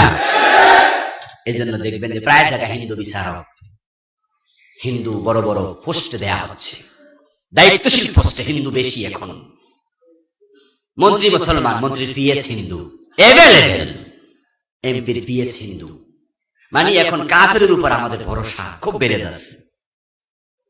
এই জন্য দেখবেন দায়িত্বশীল পোস্টে, ঠেঙ্গানি পোস্টে যেখানে পিটানো লাগে, ওই সমস্ত জায়গায় পুলিশ, বিডিআর, র্যাব, ভালো ভালো জায়গা যেখানে পিটানোর জায়গা, এই দাড়িওয়ালা টুপিওয়ালা পিটাইতে হলে তো আরেক মুসলমানকে দিয়ে পিটানো যাবে না, ও পিটাইতে গেলে তো আবার বাপের দাড়ির কথা মনে হবে, এই দাড়িওয়ালা লোকটার দিকে তাকাইলে তো আমার দাদার দাড়ির কথা মনে হয়ে যায়, তাই পিটাইতে গেলে মায়া লাগতে পারে। তাই এমন লোক বসাচ্ছে যারা পিটাইয়া মজা পাবে, বেটা তোদের পূর্বপুরুষরা আমাদের সাথে যুদ্ধ করছে, ঠেলাটা পোষ।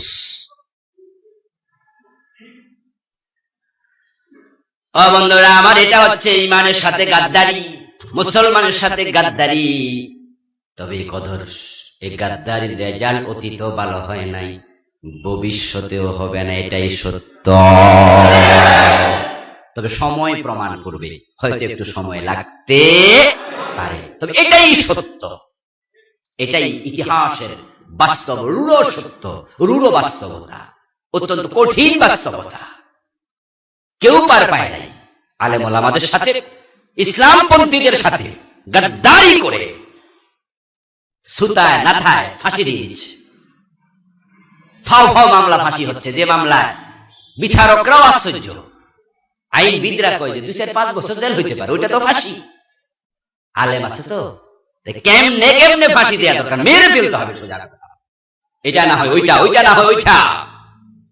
আলেমদের সাথে কি দুশ্মনী, দাড়িওয়ালা টুপিওয়ালা লোকদের সাথে আজীব মামলা, সব দর্শনকারী, সব হাইজ্যাককারী, সব লুটতরাজকারী, সব খুনি, কি আজীব সব দাড়িওয়ালা।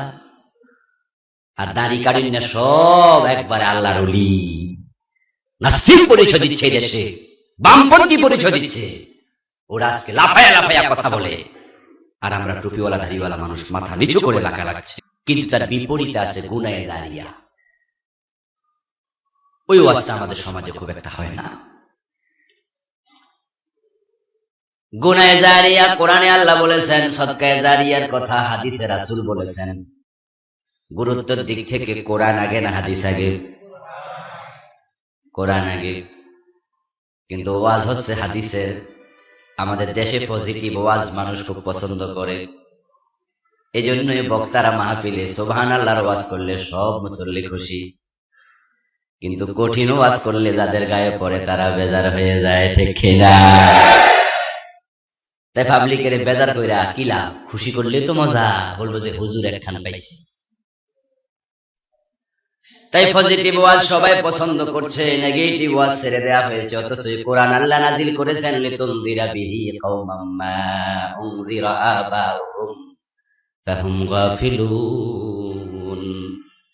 হে নবী, আপনার কাছে আমি কোরআন নাজিল করছি লিতুনযিরা কওমান, আপনি এই কোরআনের মাধ্যমে ভয় দেখাবেন। যদিও কোরআনে সুসংবাদও আছে, কিন্তু আল্লাহ তাআলা বলছেন আমি কোরআন নাজিল করেছি লিতুনযিরা কওমা, আপনি ভয় দেখাবেন জাহান্নামের এমন এক জাতিকে, মা উনযিরা আবাউহুম, যাদের পূর্বপুরুষদেরকে ভয় দেখানো হয় নাই। দীর্ঘদিন হযরত ঈসা আলাইহিস সালামের, ভাইজান বসে যান প্লিজ, বসে যান। হযরত ঈসা আলাইহিস সালামের আকাশে উঠে যাওয়ার পরে দীর্ঘ 550 বছরের উপরে জমিনে কোন নবী আসে নাই। না আসার কারণে দীর্ঘ সময় প্রায় 8-10টা পুরুষ অতিবাহিত হয়েছে, যারা কোন নবীর দাওয়াত পায় নাই। ফাহুম গাফিলুন, তাই তারা ঈমানের ব্যাপারে হয়ে গেছে বেখবর। ঈমানের ব্যাপারে যারা বেখবর হয়ে গেল, তাদেরকে জান্নাতের সুসংবাদ দেয়া দরকার নাকি জাহান্নামের ভয় দেখানো দরকার? কি ঈমানের ব্যাপারে বেখবর হইলে জান্নাতের সুসংবাদ পাওয়া যাবে? যেহেতু তারা ঈমান থেকে দূরে, তাই তাদেরকে আপনি ভয় দেখান। ওয়া আনযির আশীরাতাকাল আকরাবিন, হে নবী, আপনার প্রথম দায়িত্ব হলো আপনার প্রিয়জনকে আপনি ভয় দেখাবেন। সুসংবাদ পরে, কিন্তু আমাদের দেশে সুসংবাদটাই বেশি, ঠিক না? একবারে মানি নামাজ রোজা নাই, হেরো এমন ওয়াজ শোনাইবো 33 কোটি, একবার এক কদম দিলে 34 কোটি পাওয়া যায়। কোটি আর কোটি, হিসাবের কোটির আগে হিসাবই নাই। এই জাতীয় ওয়াজ ভাউতাবাজি, এগুলা ধোঁকাবাজি। এই জাতীয় লোক দেখায় আপনি বেশি আগায় নিতে পারবেন না। বরং আপনি যদি শুধু বলেন আসো আসো আমার কাছে আসলে এটা পাবে সেটা পাবে, এরকম বলতে থাকেন, তাহলে আপনার বাড়িতে এসে যাবে খাওয়ার জন্য, পাওয়ার জন্য। আর আপনি ভাববেন না যারা খেতে এসেছে সবাই আপনার বন্ধু, কারণ খাওয়ার দাওয়াতে শত্রুও যেতে পারে, সুসময়ে অনেকে বন্ধু বটে হয়। টাকা হাওলাত দেখে দেন যারা খাইতে এসেছে, আমার 1010 টাকা লাগবে, আগামী সপ্তাহ খাইতে আসতে নিয়ে আইসো, তখনই বুঝবেন আসল বন্ধু কয়জন। অসময়ে হায় হায় কেউ কারো নয়। তাই আপনি ওয়াজ করবেন এমন, ইসলাম মানে শুধু পাওয়া না, ইসলাম মানতে আসলে আপনি পুরস্কার পাবেন আল্লাহর কাছে, দুনিয়াতে মুমিনদের কাছে। আবার যারা জালেম তাদের কাছে তিরস্কারও পাওয়া লাগতে পারে, ঠিক কিনা? তাই দুইটা মানসিকতা লাগবে। পুরস্কারও পেতে পারি, যারা ইসলামওয়ালা তারা আমাকে ধন্যবাদ দেবে, তারা বাহবা দেবে, তারা হাদিয়া দেবে, তারা আমাকে দাওয়াত দেবে, তারা আমাকে ইমাম বলে সালাম দেবে। আবার যারা ইসলাম পছন্দ করে না তারা আমাকে পাথর মারতে পারে, ঠিক কিনা? দুইটা টেন্ডেন্সি যখন কাজ করবে ভিন্ন ভাবে, তখন আপনি লোভেও পড়বেন না, ভয়ও পাবেন না, ব্যালেন্স হয়ে যাবে। তো সদকায়ে জারিয়ার কথা আল্লাহর নবী বলেছেন হাদিসে, আর আল্লাহ বলেছেন কোরআনে, ওয়ানাকতুবু মা কদ্দামু আসারাহুম, আমি তাদের সব আমল যা তারা করেছে লিখে রাখবো। ওয়া আসারাহুম, এবং যা ভবিষ্যতে তারা করবে সেটাও লিখবো। মরার পরে কি আমল করে মানুষ? মরার পরে আমল করে, এটাকে আসার বলা হয়। আসার মানে আচরণ থেকে পদচিহ্ন, অর্থাৎ আপনার দেখানো রাস্তায় যারা চলবে, তারা যা করবে সেটা আপনার আমল হিসাবে গণ্য হবে। তাই যদি সিনেমা হল দিয়ে মরে যায়, মসজিদ বানায়া মরলে যেমন সদকায়ে জারিয়া হবে, সিনেমা হল বানায়া মরলে গুনায়ে জারিয়া হবে, ঠিক কিনা? যত লোক ওই সিনেমা হলে সিনেমা দেখবে, ওরা যে পরিমাণ কবিরা গুনাহগার হবে, যিনি সিনেমা হল মালিক তার আমল নামও সে কবিরা গুনাহ যোগ হতে থাকবে। এইভাবে অন্যায়ের পথ যদি খুলে যান, পকেটমার যারা শিখে, যারা করে পকেটমারি করে, তাদের পকেটমার শিখানোর জন্য ওস্তাদ আছে না নাই? কারণ এটা হচ্ছে এমন উচ্চাঙ্গের সার্জারি যে অনেক বড় ডাক্তার না হলে কেমনি যে কাটা লাগবে চিকন কাপড় গায়ে, যেন আবার পোষ না লাগে, নয় মাইরি খাওয়া লাগবে। তাই ওই সার্জারি যিনি শিখায়, অপারেশন থিয়েটারের কত বড় ডাক্তার, ছাত্ররা অনেক চৌকস ছাত্র। তো যিনি তার ছাত্রকে কেমনে মানুষের পকেট থেকে টাকা আনা লাগবে, ব্লেড দিয়া জামার পকেট কেটে ফেলা লাগবে, এটা শিখাইয়া যিনি মরে গেলেন, তার ছাত্র যেই কবিরা গুনাহ করছে চুরি করে করে, ঠিক ওই কবিরা গুনাহ ওস্তাদের আমল নামায় যোগ হতে থাকবে। নাউযুবিল্লাহ। আল্লাহর নবী বলেছেন তিনটা আমল বাকি থাকবে, ইল্লা মিন সাদকাতিন জারিয়াতিন আও ওয়ালাদিন সালিহিন ইয়াদউ লাহু। এমন নেক সন্তান রেখে যাবেন যে নেক সন্তান আপনার মৃত্যুর পরে আপনার জন্য দোয়া করবে। ইন্নাল্লাহা লা ইউদখিলু আলা আহলিল কুবুর মিন দুআই আহলিদ দুনিয়া কামসালিল জিবাল। ইবনে মাজাহ এসেছে, আল্লাহর হাবিব বলেন, দুনিয়াবাসী যখন মরা ব্যক্তির জন্য দোয়া করে, আল্লাহ তার দোয়াটা কবরে ছোট্ট ছোট্ট দোয়াকে পাহাড় পরিমাণ বানায়া ঢুকায়া দেয়। এজন্য নেক সন্তান রেখে যাবেন, যে নেক সন্তান আপনার জন্য দোয়া করবে। কিন্তু যদিও পরিতাপ, এখন আমরা সন্তানদেরকে ইংরেজি শিখাই, বাংলা, অঙ্ক, ভূগোল, বিজ্ঞান কত কিছু শিখালাম, বরং কোরআন শিখাচ্ছি না এমন হাজার হাজার বাবা আছে না নাই? এখানেও আছেন, এখানেও আছেন। এমএ পাস করছে, বিএ পাস করছে সন্তানেরা, মেডিকেলের বড় ডাক্তার হচ্ছে, ইঞ্জিনিয়ার হচ্ছে, কিন্তু আপনার ছেলে আপনার জন্য দোয়া করবে না। হে নিজে তো নামাজ পড়ে না, কি দোয়া করবে? বরং বাপের জানাজা এসে হে বলবো, হুজুর নিয়ত করে দেন, ওরে তখন নিয়ত করে দেওয়া লাগে। এমন সন্তান রেখে যাচ্ছেন, যে সন্তান অফিসে বসে গোশ খাবে, সুদ খাবে। তো নেক সন্তান রেখে গেলে যদি সওয়াব হয়, কুসন্তান রেখে গেলে কিন্তু গুনাহ হবে, ঠিক কিনা? এমন সন্তান ওয়ালাদুন সালেহ, নেক সন্তান রেখে যান, তার সব আমল আপনার আমল নামায় যোগ হবে। কারণ সন্তান মানুষের কামাই, কৃতকর্ম অর্জনের মতো, সন্তান রিজিকের অংশ। তাই সন্তানটাকে ভালো করে যান, জাতির কল্যাণ করবে, কবরে বসে সওয়াব পাবেন। সন্তান ঘুষখোর যদি হয়, সুদখোর যদি হয়, মিথ্যুক যদি হয়, ধোঁকাবাজি করে, ব্যবসায় মানুষকে ওজনে কম দেয়, মালে ভেজাল মিশায় প্রতারণা করে, তাহলে আপনি বাবা কবরে বসে উল্টা রেজাল্ট। নেক আমলদার সন্তান, ভালো আলেম যদি হয়, বাপের মাথায় যদি আল্লাহ পুরস্কার হিসাবে নূরের তাজ দেয়, যে তার সন্তানকে গোশখোর বানাইয়া গেছে, জাহান্নামের তাজও কিন্তু আল্লাহ দেবে। শুধু নূরের তাজের কথা শুনে সওয়াবের কথা শুনে সুবহানাল্লাহ পড়বেন, বিপরীতটা ভুলে যাবেন, এটা তো হয় না। যদি আলেমের বাবাকে আল্লাহ তাআলা পুরস্কৃত করেন, তাহলে জালেমের বাবারে আল্লাহ তিরস্কৃত করবেন না। আলেমের বাবা পুরস্কার পাবে, জালেমের বাবা তিরস্কার পাবে, এটা তো স্বাভাবিক কথা। তাই সন্তানদেরকে হুঁশিয়ার মানুষ করুন, না সন্তান আপনার জাহান্নামে নিয়ে যাবে। আপনাকে আপনার জাহান্নামী হওয়ার জন্য ওই একটা বদ সন্তান যথেষ্ট। আও ইলমিন ইউনতাফাউ বিহি, তিন নাম্বার হচ্ছে এমন সদকায়ে জারিয়া সন্তান, তারপরে হলো এমন ইলম যে ইলম জাতির জন্য কল্যাণ দেয়। বাল্লিগু আন্নী ওয়ালাউ আয়া খায়রুকুম মান তাআল্লামাল কুরআনা ওয়া আল্লামাহু। যারা আলেম তাদের মূল্য আপনাদের কাছেও যদিও কম, কিন্তু রাসূল বলেছেন তারা হচ্ছে তোমাদের মাঝে সর্বশ্রেষ্ঠ মানুষ। সুবহানাল্লাহ। খায়রুকুম, তোমাদের মাঝে শ্রেষ্ঠ, মান তাআল্লামাল কুরআনা ওয়া আল্লামাহু, যে কোরআন নিজে শিখে অন্যকে শেখায়।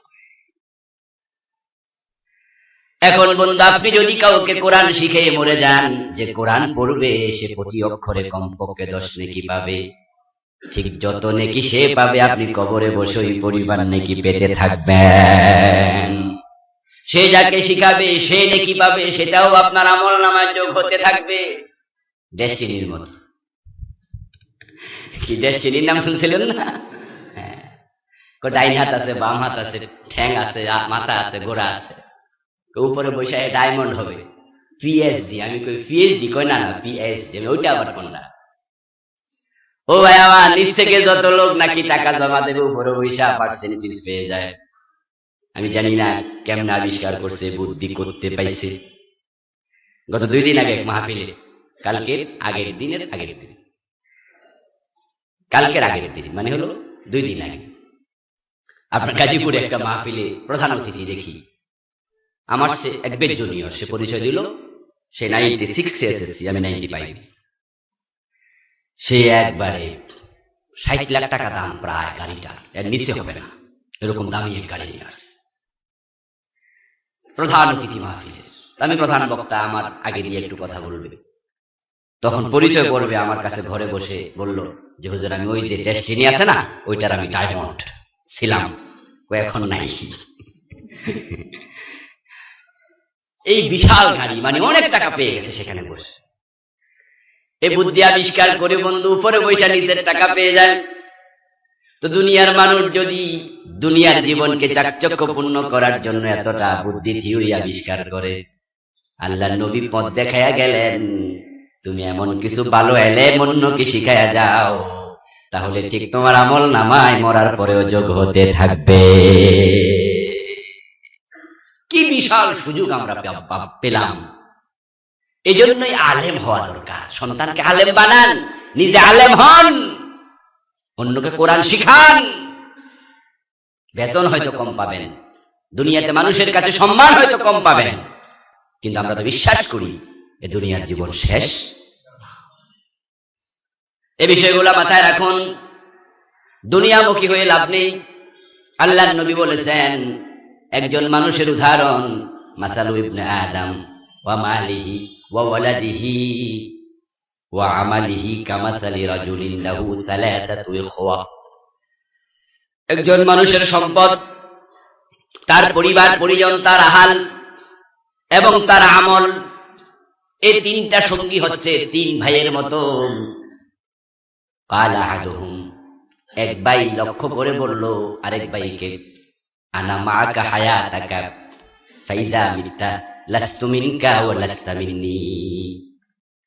ওয়া ক্বালা আল-আখার আনা মাআকা ফাইজা বালাগতা তিলকা শাজারা লাস্তা মিন্নি ওয়া লাস্তু মিনকা।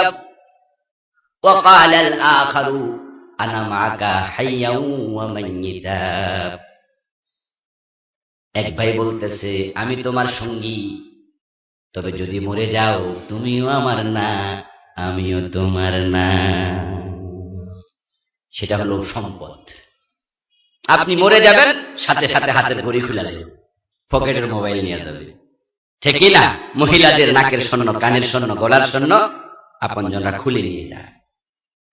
আপনাকে বন্ধু বিবস্ত্র করে বসনগুলা খুলে নিয়াম, একটা কাপড় চাদর গায়ের মাঝে দিয়া রাখবে, শরীরে কাপড় রাখবে না, হাতে ঘড়ি রাখবে না, পকেটে মানি ব্যাগ থাকবে না।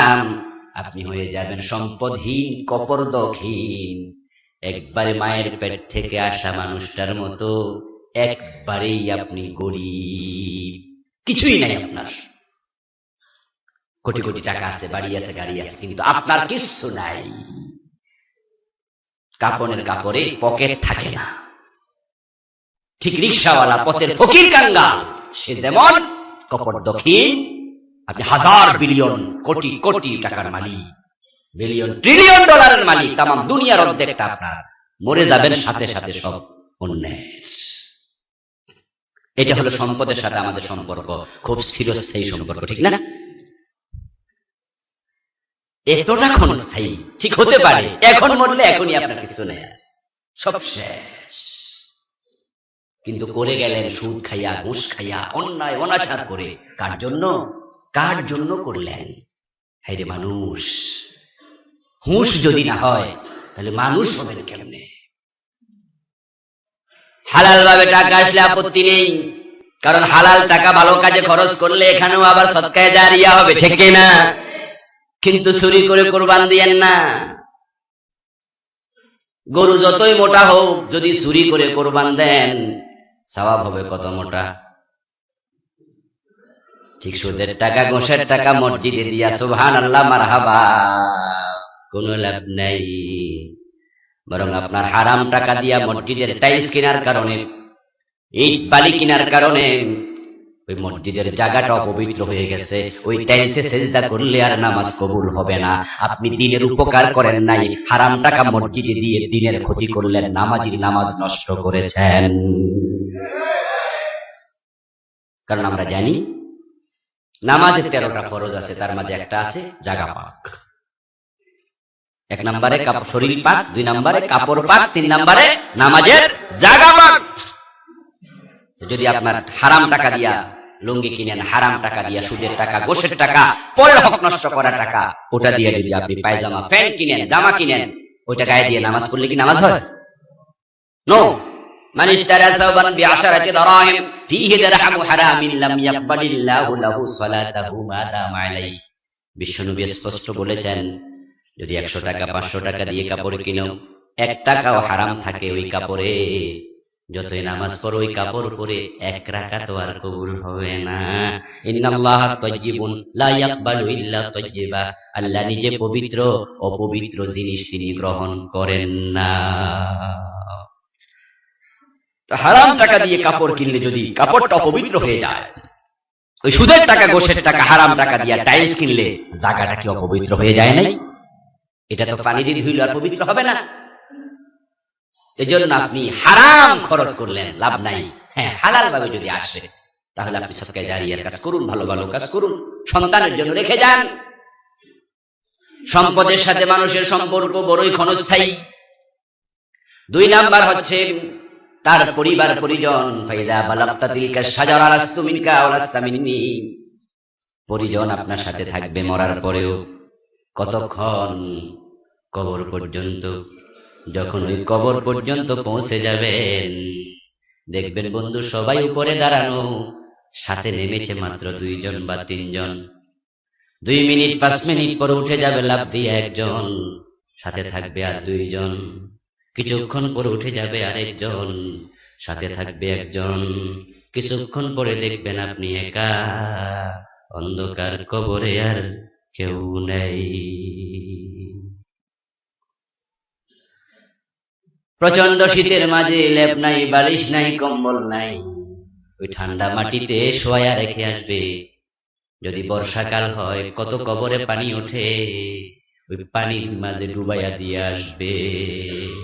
আর কোনদিন কবর ছিদ্র করে খবর নিতে যাবে না।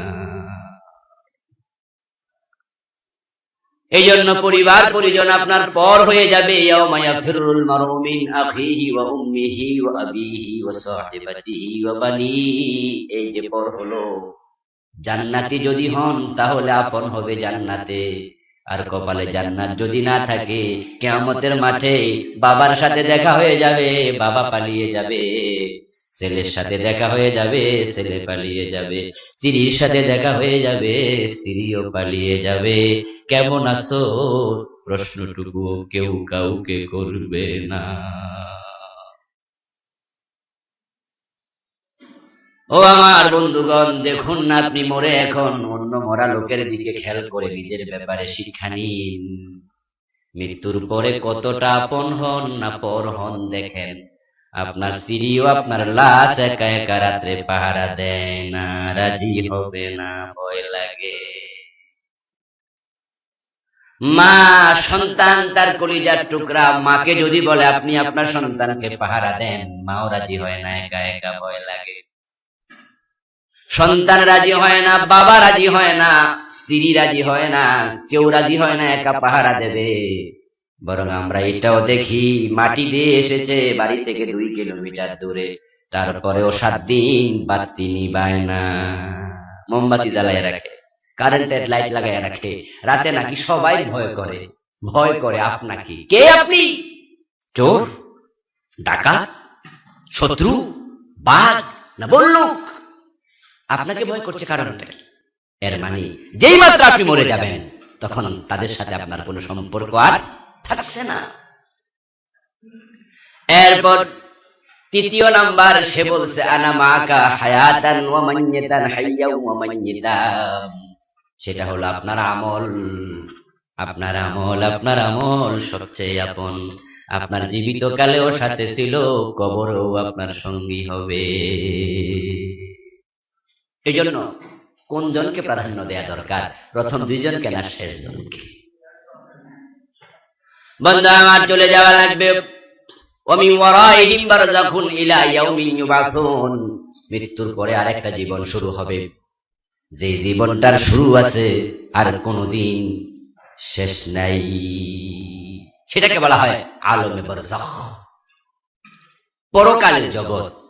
এই পরকালের জীবন আমাদের শুরু হবে মৃত্যুর সাথে সাথে। যদিও আমরা কবর বলতে মাটির একটা গর্তকে বুঝি, আসলে মাটির গর্তটাই কবর না।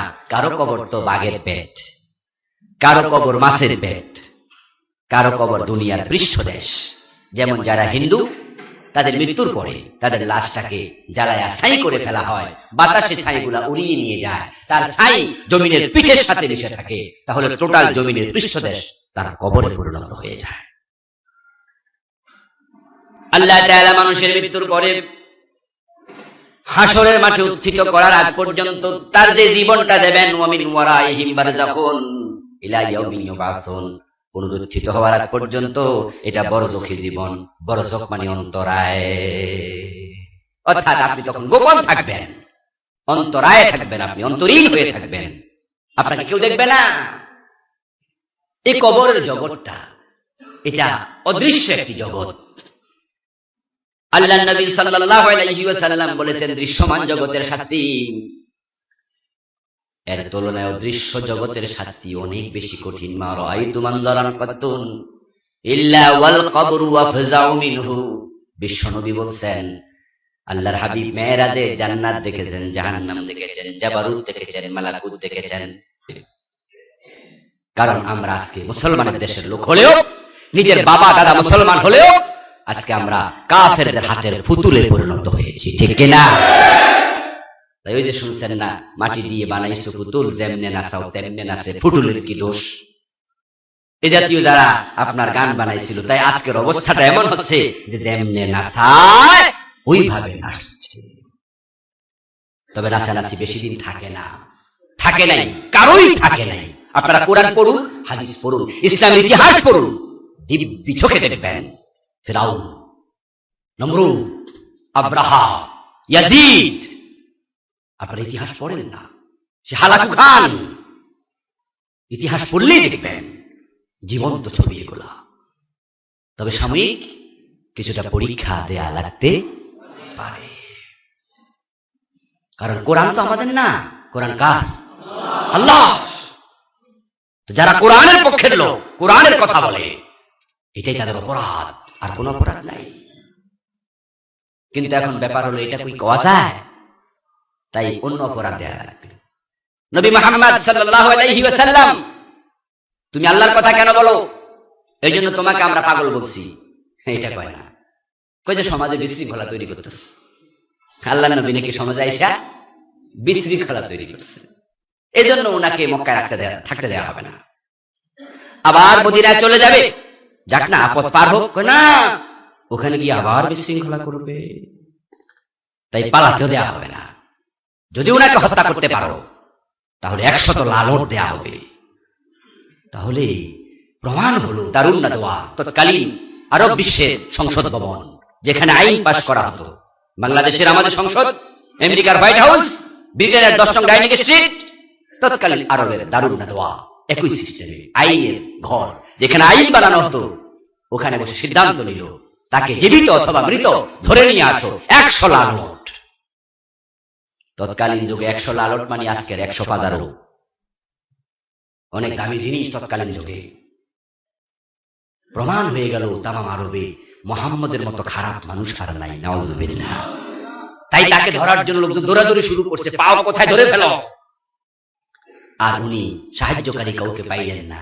রাত্রির গভীরে গিয়া গুহার মাঝে লুকাইয়া আবু বকরকে সাথে নিয়ে চুপ করে বসে আছেন। কোন আওয়াজ করো না, শুনে ফেলবে। আবু বকর বলল, হুজুর এসে গেছে তো, ওই দেখা যায়। রাসূল বলেন, লা তাহজান ইন্নাল্লাহ মা'ানা। এই লুকানোটা সাময়িক, এই বিপদটা সাময়িক, কিন্তু চূড়ান্ত হতাশার কিছু নেই, আল্লাহ আমাদের সাথে আছেন।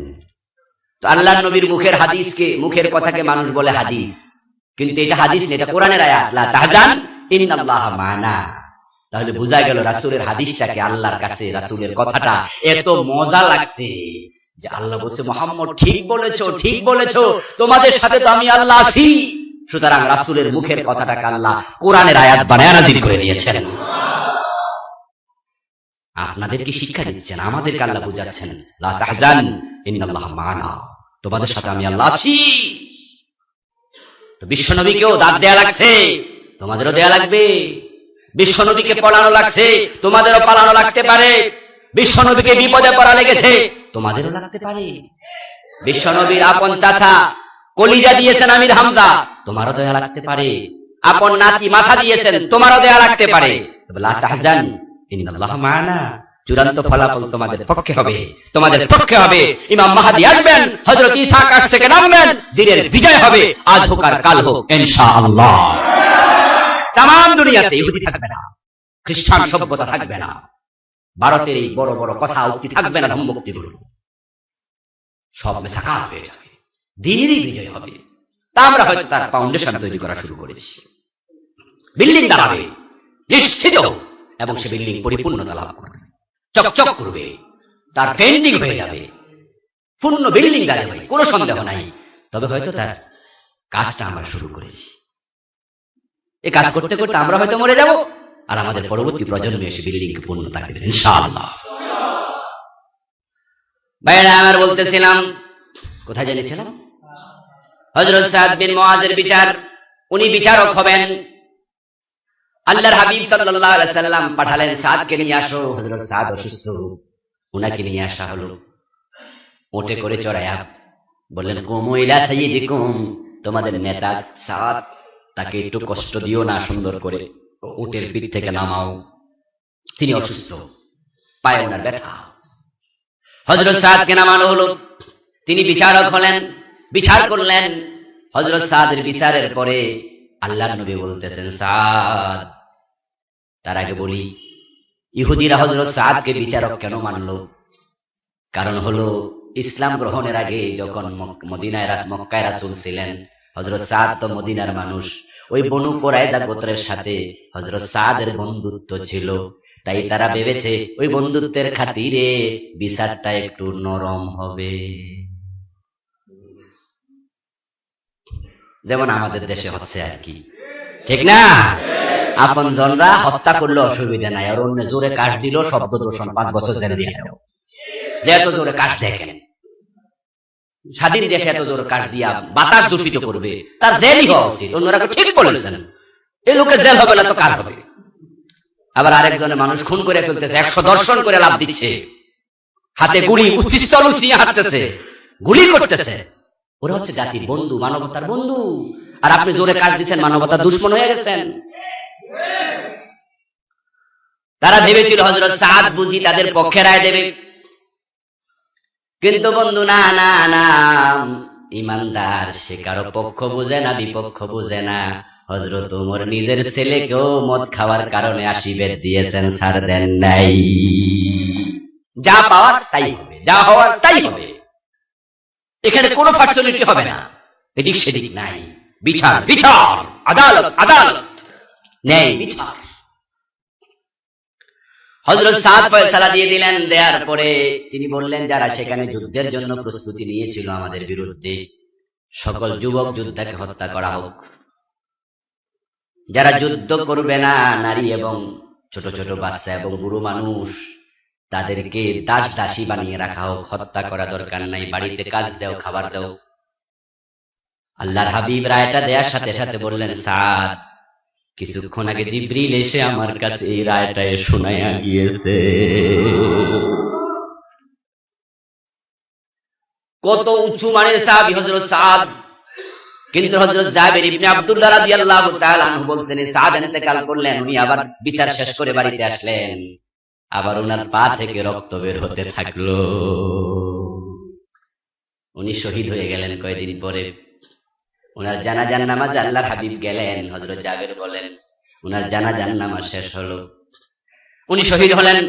যখন শহীদ হয়ে গেলেন, ইন্তেকাল করলেন, আল্লাহর হাবিব তখন আমাদের সুসংবাদ শোনালেন। জিবরিল এসে আমার কাছে বলে গেছে, হাযা সাদুন তাহাররাকা লাহুল আরশু ওয়া ফুতিহাত লাহু আবওয়াবুস সামাম। জিবরিল বলে গেলেন, সাদের ইন্তেকালে আল্লাহর আরশ পর্যন্ত কাঁপতে শুরু করেছে, আল্লাহর আরশ কেঁপে উঠেছে। এরপর আকাশে রহমতের যত দরজা আছে আল্লাহ সবগুলা দরজা খুলে দিয়েছেন। আল্লাহর নবী জানাজায় গেলেন। জানাজার নামাজ পড়তে গিয়ে রাসূল বলেন, শাহিদাহু সাবউনা আলফাম মিনাল মালায়েকা।